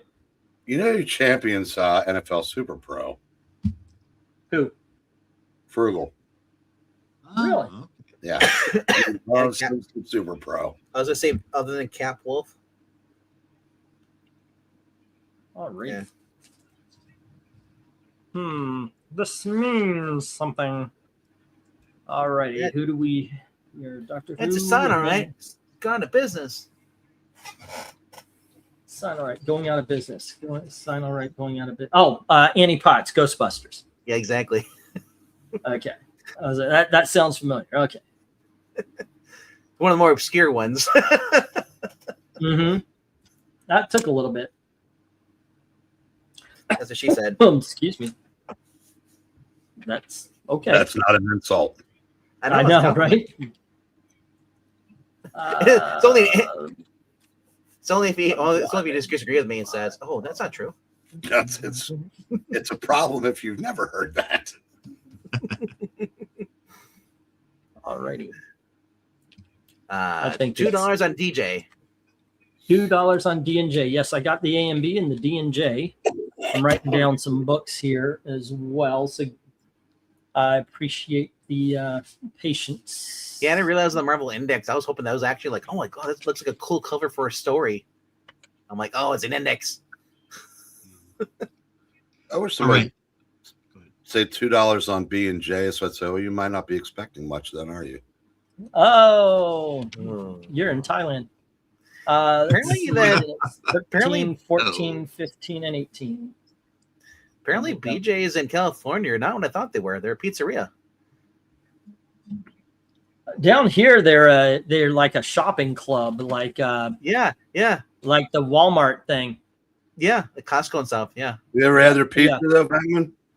No. It blows. Oh, Skip said it sucks. It both sucks and blows. It's a freak of nature. Or a vacuum. Yes. For a great new rate switch. Okay. Trusty, were you getting ready to say something before we all started interrupting? I was actually going to say goodnight because I have to get up early in the morning and lead children's worship tomorrow. So you guys have a good evening, and I'll see you next time. See, All right. 13, don't let- 14, I've 18. I've learned if you don't let Trusty speak, he can't leave. Oh, well, that's His politeness keeps him. Exactly. Yeah. I'll let him go I was first. raised right. Then why are we here? He's here to save our souls. He I thought sees that was the really evil we're big. walking. Namor. Yeah, I thought I'd let him go first because I'm gonna be following him out the door here in a second. I kind of figured as much. All right. Yeah, we're getting to the end of the line anyway, there, man. I do appreciate you jumping in. I went to work today. Yeah, Phil got sick. He actually had to go to the hospital this morning. Ooh, Oh my He's God. he's all right. Okay. He didn't get to go down to Louisville to see his kids like he was planning on, which that sucks for him. yeah. But I thought I'd go to work, have a nice day, finish my the book I was reading. Say, busiest non-holiday day in years.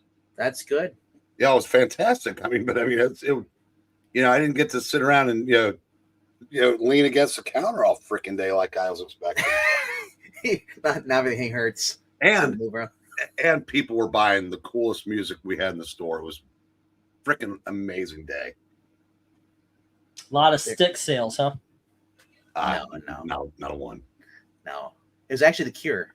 No, just stuff. I mean, people were buying I sold two $75 used records to the same person.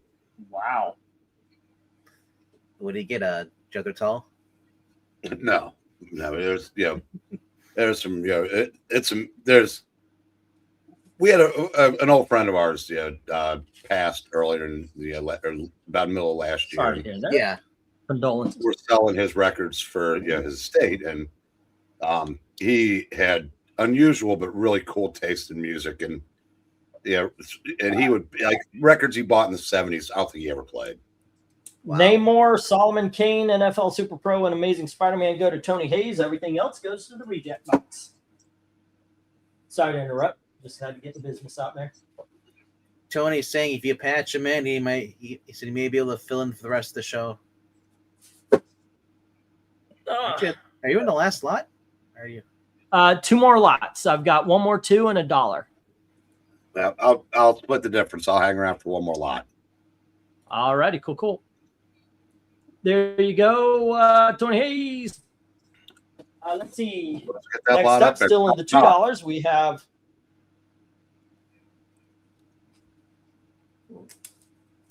we have Micronauts issue number 15. You forgot to stop. And we have Micronauts issue number 16. Here is, did I not put up stop? For 19, you already need to have a stop up there. Can you do that? Yeah.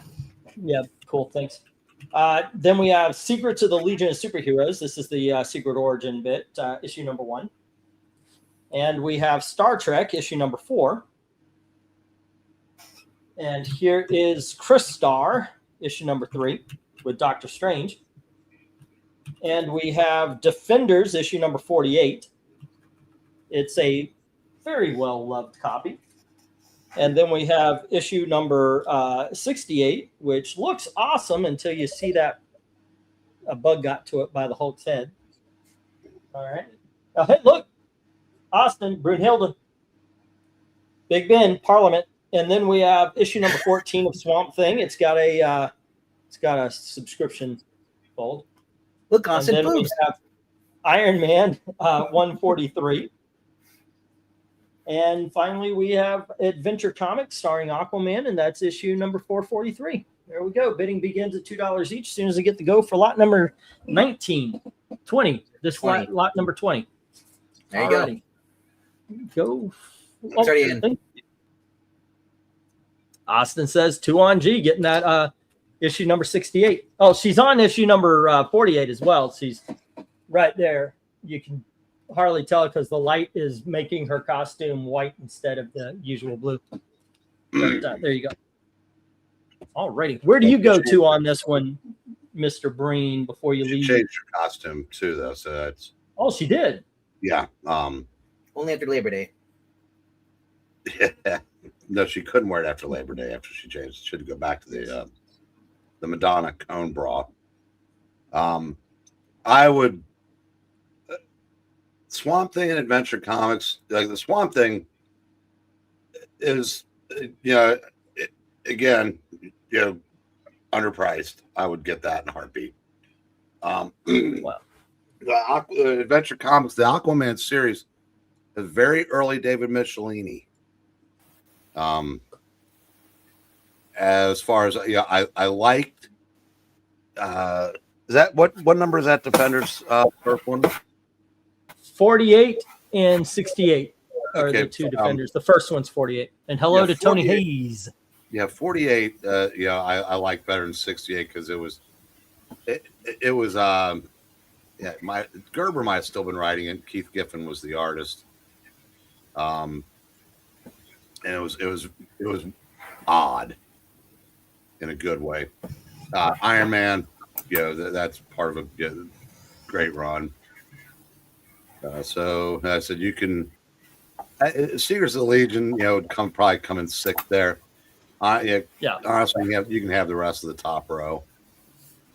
I would go Swamp Thing, Aquaman for the first two, and then the Defenders. They're always fun, but on the top row, Secrets of Legion is awesome.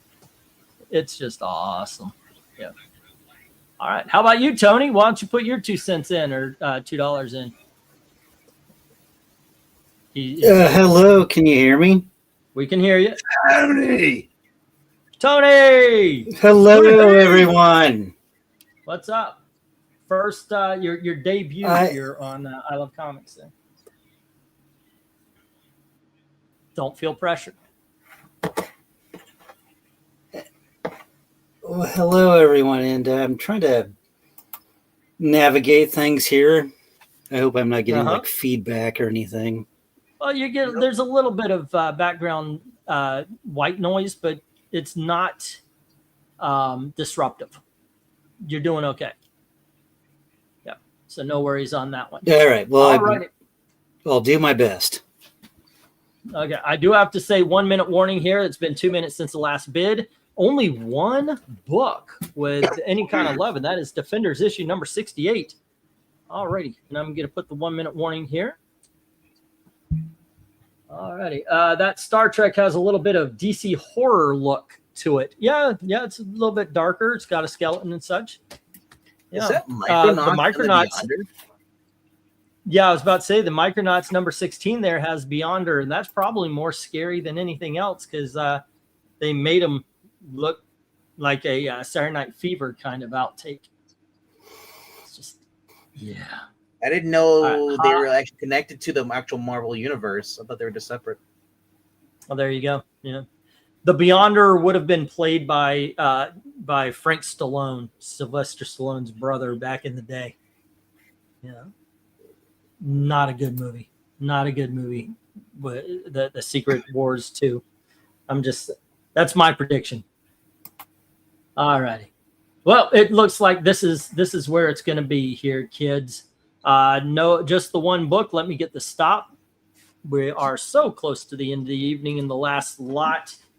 So let me get this down. It is Defenders number 68 to Austin. Alrighty, everything else to the reject box, which, by the way, is even with the last few being swaths of books going back to the reject box, bidding is winning. There you go. I appreciate that. Like I said, it is rent week. Gail said I gave Gail some money for rent earlier in the week. She didn't realize that was what it was for. She actually thought it was money that she had pulled out for some other reason. And when the kids would ask for something, she'd be like, "Okay, here. Okay, here. Okay, here." So I was like, okay, we got to pay the rent. She says, are you going to give me money? I said, I already did. So fun times. All righty, kids, $1. We're going to the $1 books. $1. All righty, there we are. And we have Nomad. Oh, I've got to get rid of the sticker here. No, I don't. Here you go. Nomad #1. And we have something called Myth Stalkers, issue #1. Never heard of it. Image Comics. Somebody named Barr and Jiro. Marvel Adventures Avengers. And this is issue number 20.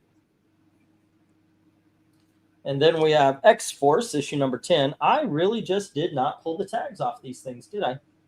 Here is Nomad, issue number 3. Let me move all these down here. There we go. Nomad number 3. We have Ravager, issue number 1, written by Stan Lee. This part of the 2099. Harley Quinn, issue number 15. There we go. This is the Connor Palmiotti run, so it is decent. And here is issue number 4. There we go. We have New Warriors, issue number 4. And we have Alpha Flight, issue number 19. Bidding begins at $1 each. As soon as I get the go for 21, this is the last lot of the night, kids. Let's go for lot 21. I think that Connor Palmiotti run was just the one before Stephanie Phillips, wasn't it? I don't know. I don't know what it was because I sort of dropped out around the 52. Because I'm trying to think, because Stephanie Phillips was on it since Rebirth, right? Or was it after? When that? I'm trying to think. Because that's a New 52 hairstyle she had. But that's not a New 52 logo, though, on the corner, though. That looks like a normal DC logo. But then again, wait, above the actual price tag, it says that is a New 52. Yep, number 4. Yep. Yeah. But the number 15 is New 52 as well. It's under the title. Yeah, I just can't see it. Yeah. Alrighty. But so far, no love for anything here. Anything you can recommend? These are newer books. I mean, newer. Nomad's like 30 years old now. So is Ravager. I would say the Marvel Avengers. Yeah. That looks like it made based off the actual cartoon or Disney XD stuff. It's hard to tell. Yeah, those were aimed at kids. Yeah. But they weren't aimed at little kids. They were kind of aimed at teens. At teens and tweens, and it was written just well enough to. They kind of resembled, like 70s Marvel, where you didn't have to worry about like a whole bunch of people getting killed and whatnot. They're actually kind of fun. Christopher Yost wrote a bunch too. I'm going to say something controversial. Ravager, not Ravager, but Nomad is good.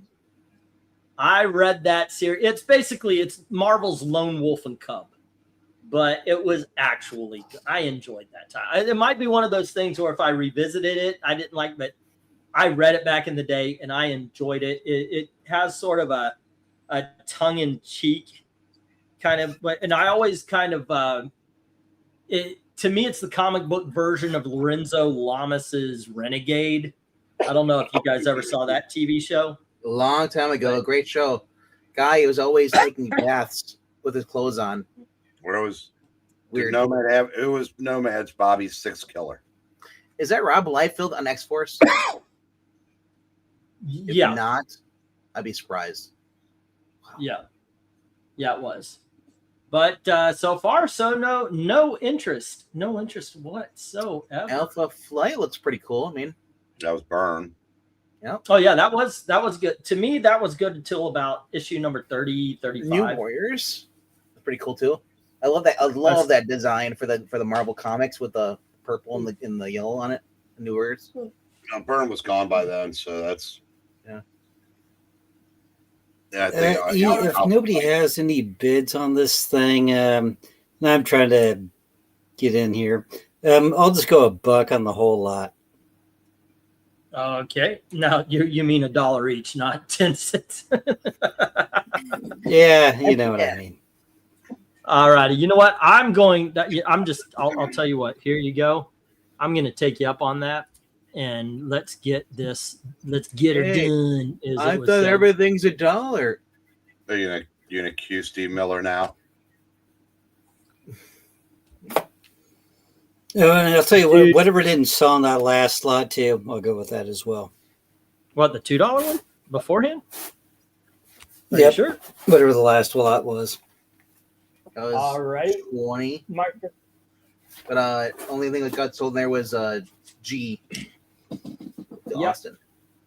Okay. So just to show you what you won, I'm giving up Dom Pardo. Just tell me what I didn't win. All right, let's see. $1 lot, 10.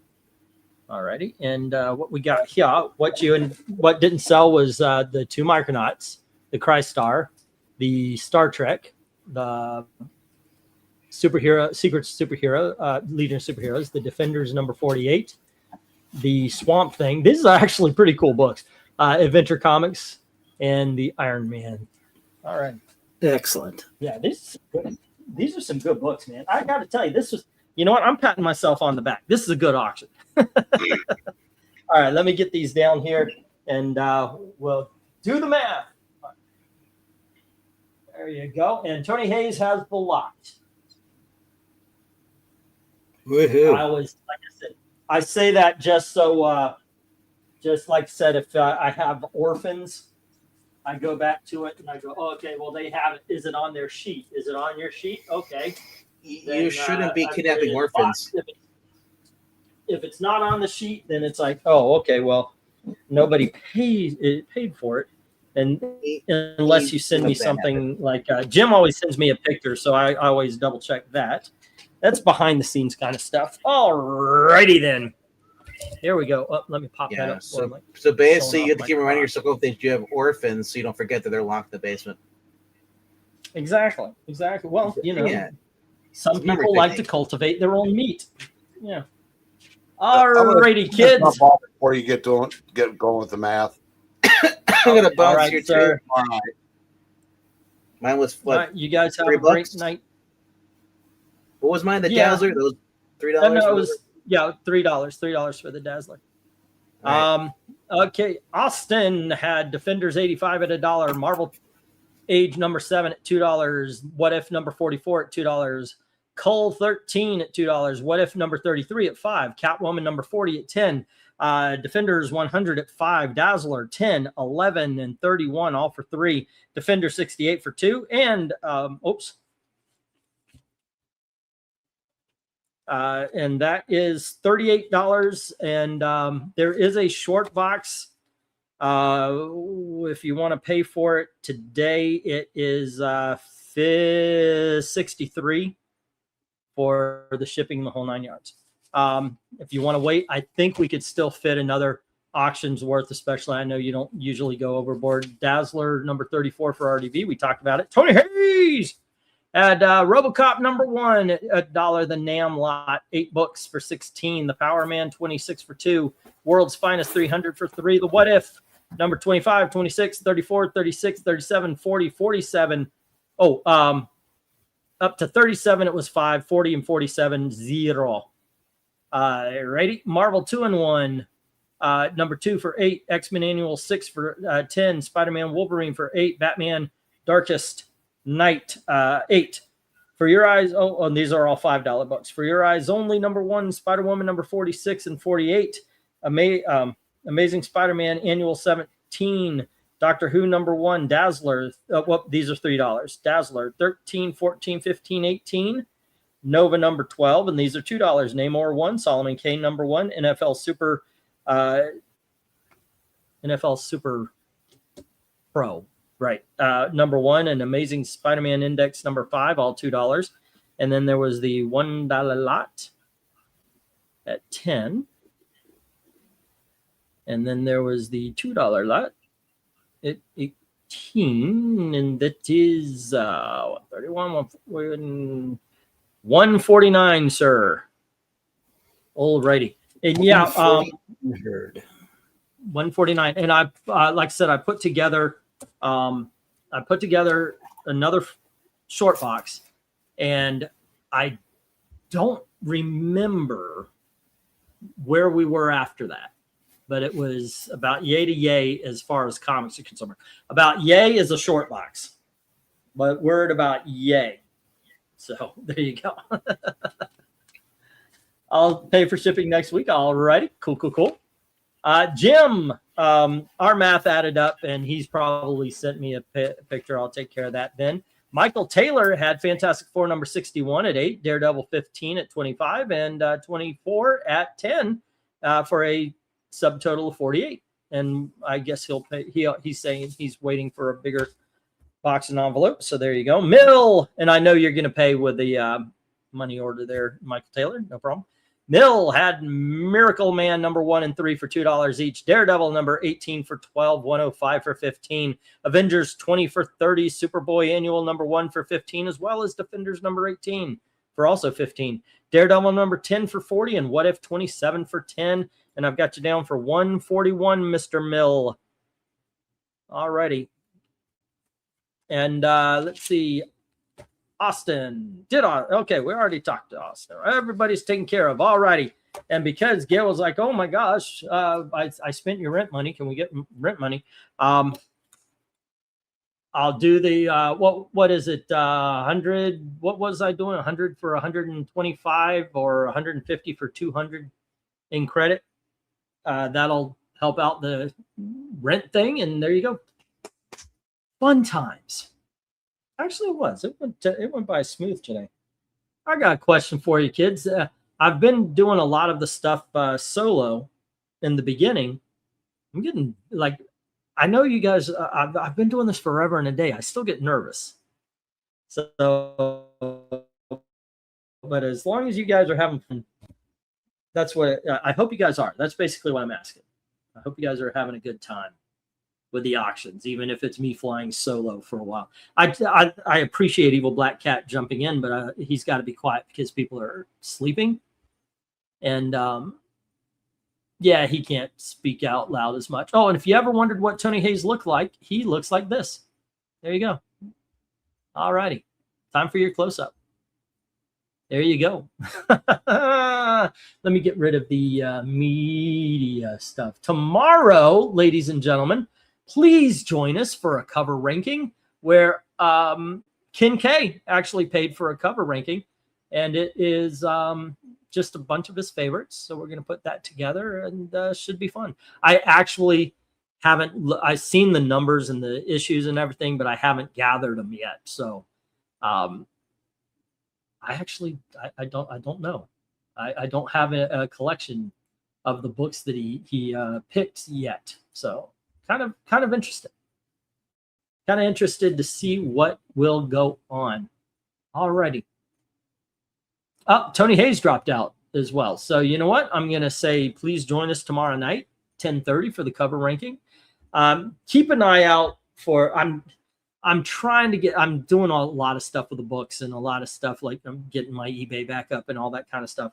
I really want to start recording videos again, talking about comic book history and all. I even got my green screen ready to go and be put up. I've got this little inlet corner here, and I wanted to put the green screen in so I could start filming and put pictures behind me and all that, like I used to do. If you've only done this and you haven't checked out the videos, please do go. There's like comic book history, comic book origins, and stuff like that. I'm very proud of them. That being said, thanks for hanging out with us. And as always, thank you very, very much for watching. Have a good night. I think there was a lot of just mumbling. I talked a lot but said nothing. I don't know. Anyway, once again, join us for tomorrow. And as always, thank you very, very much for watching. Have a good night.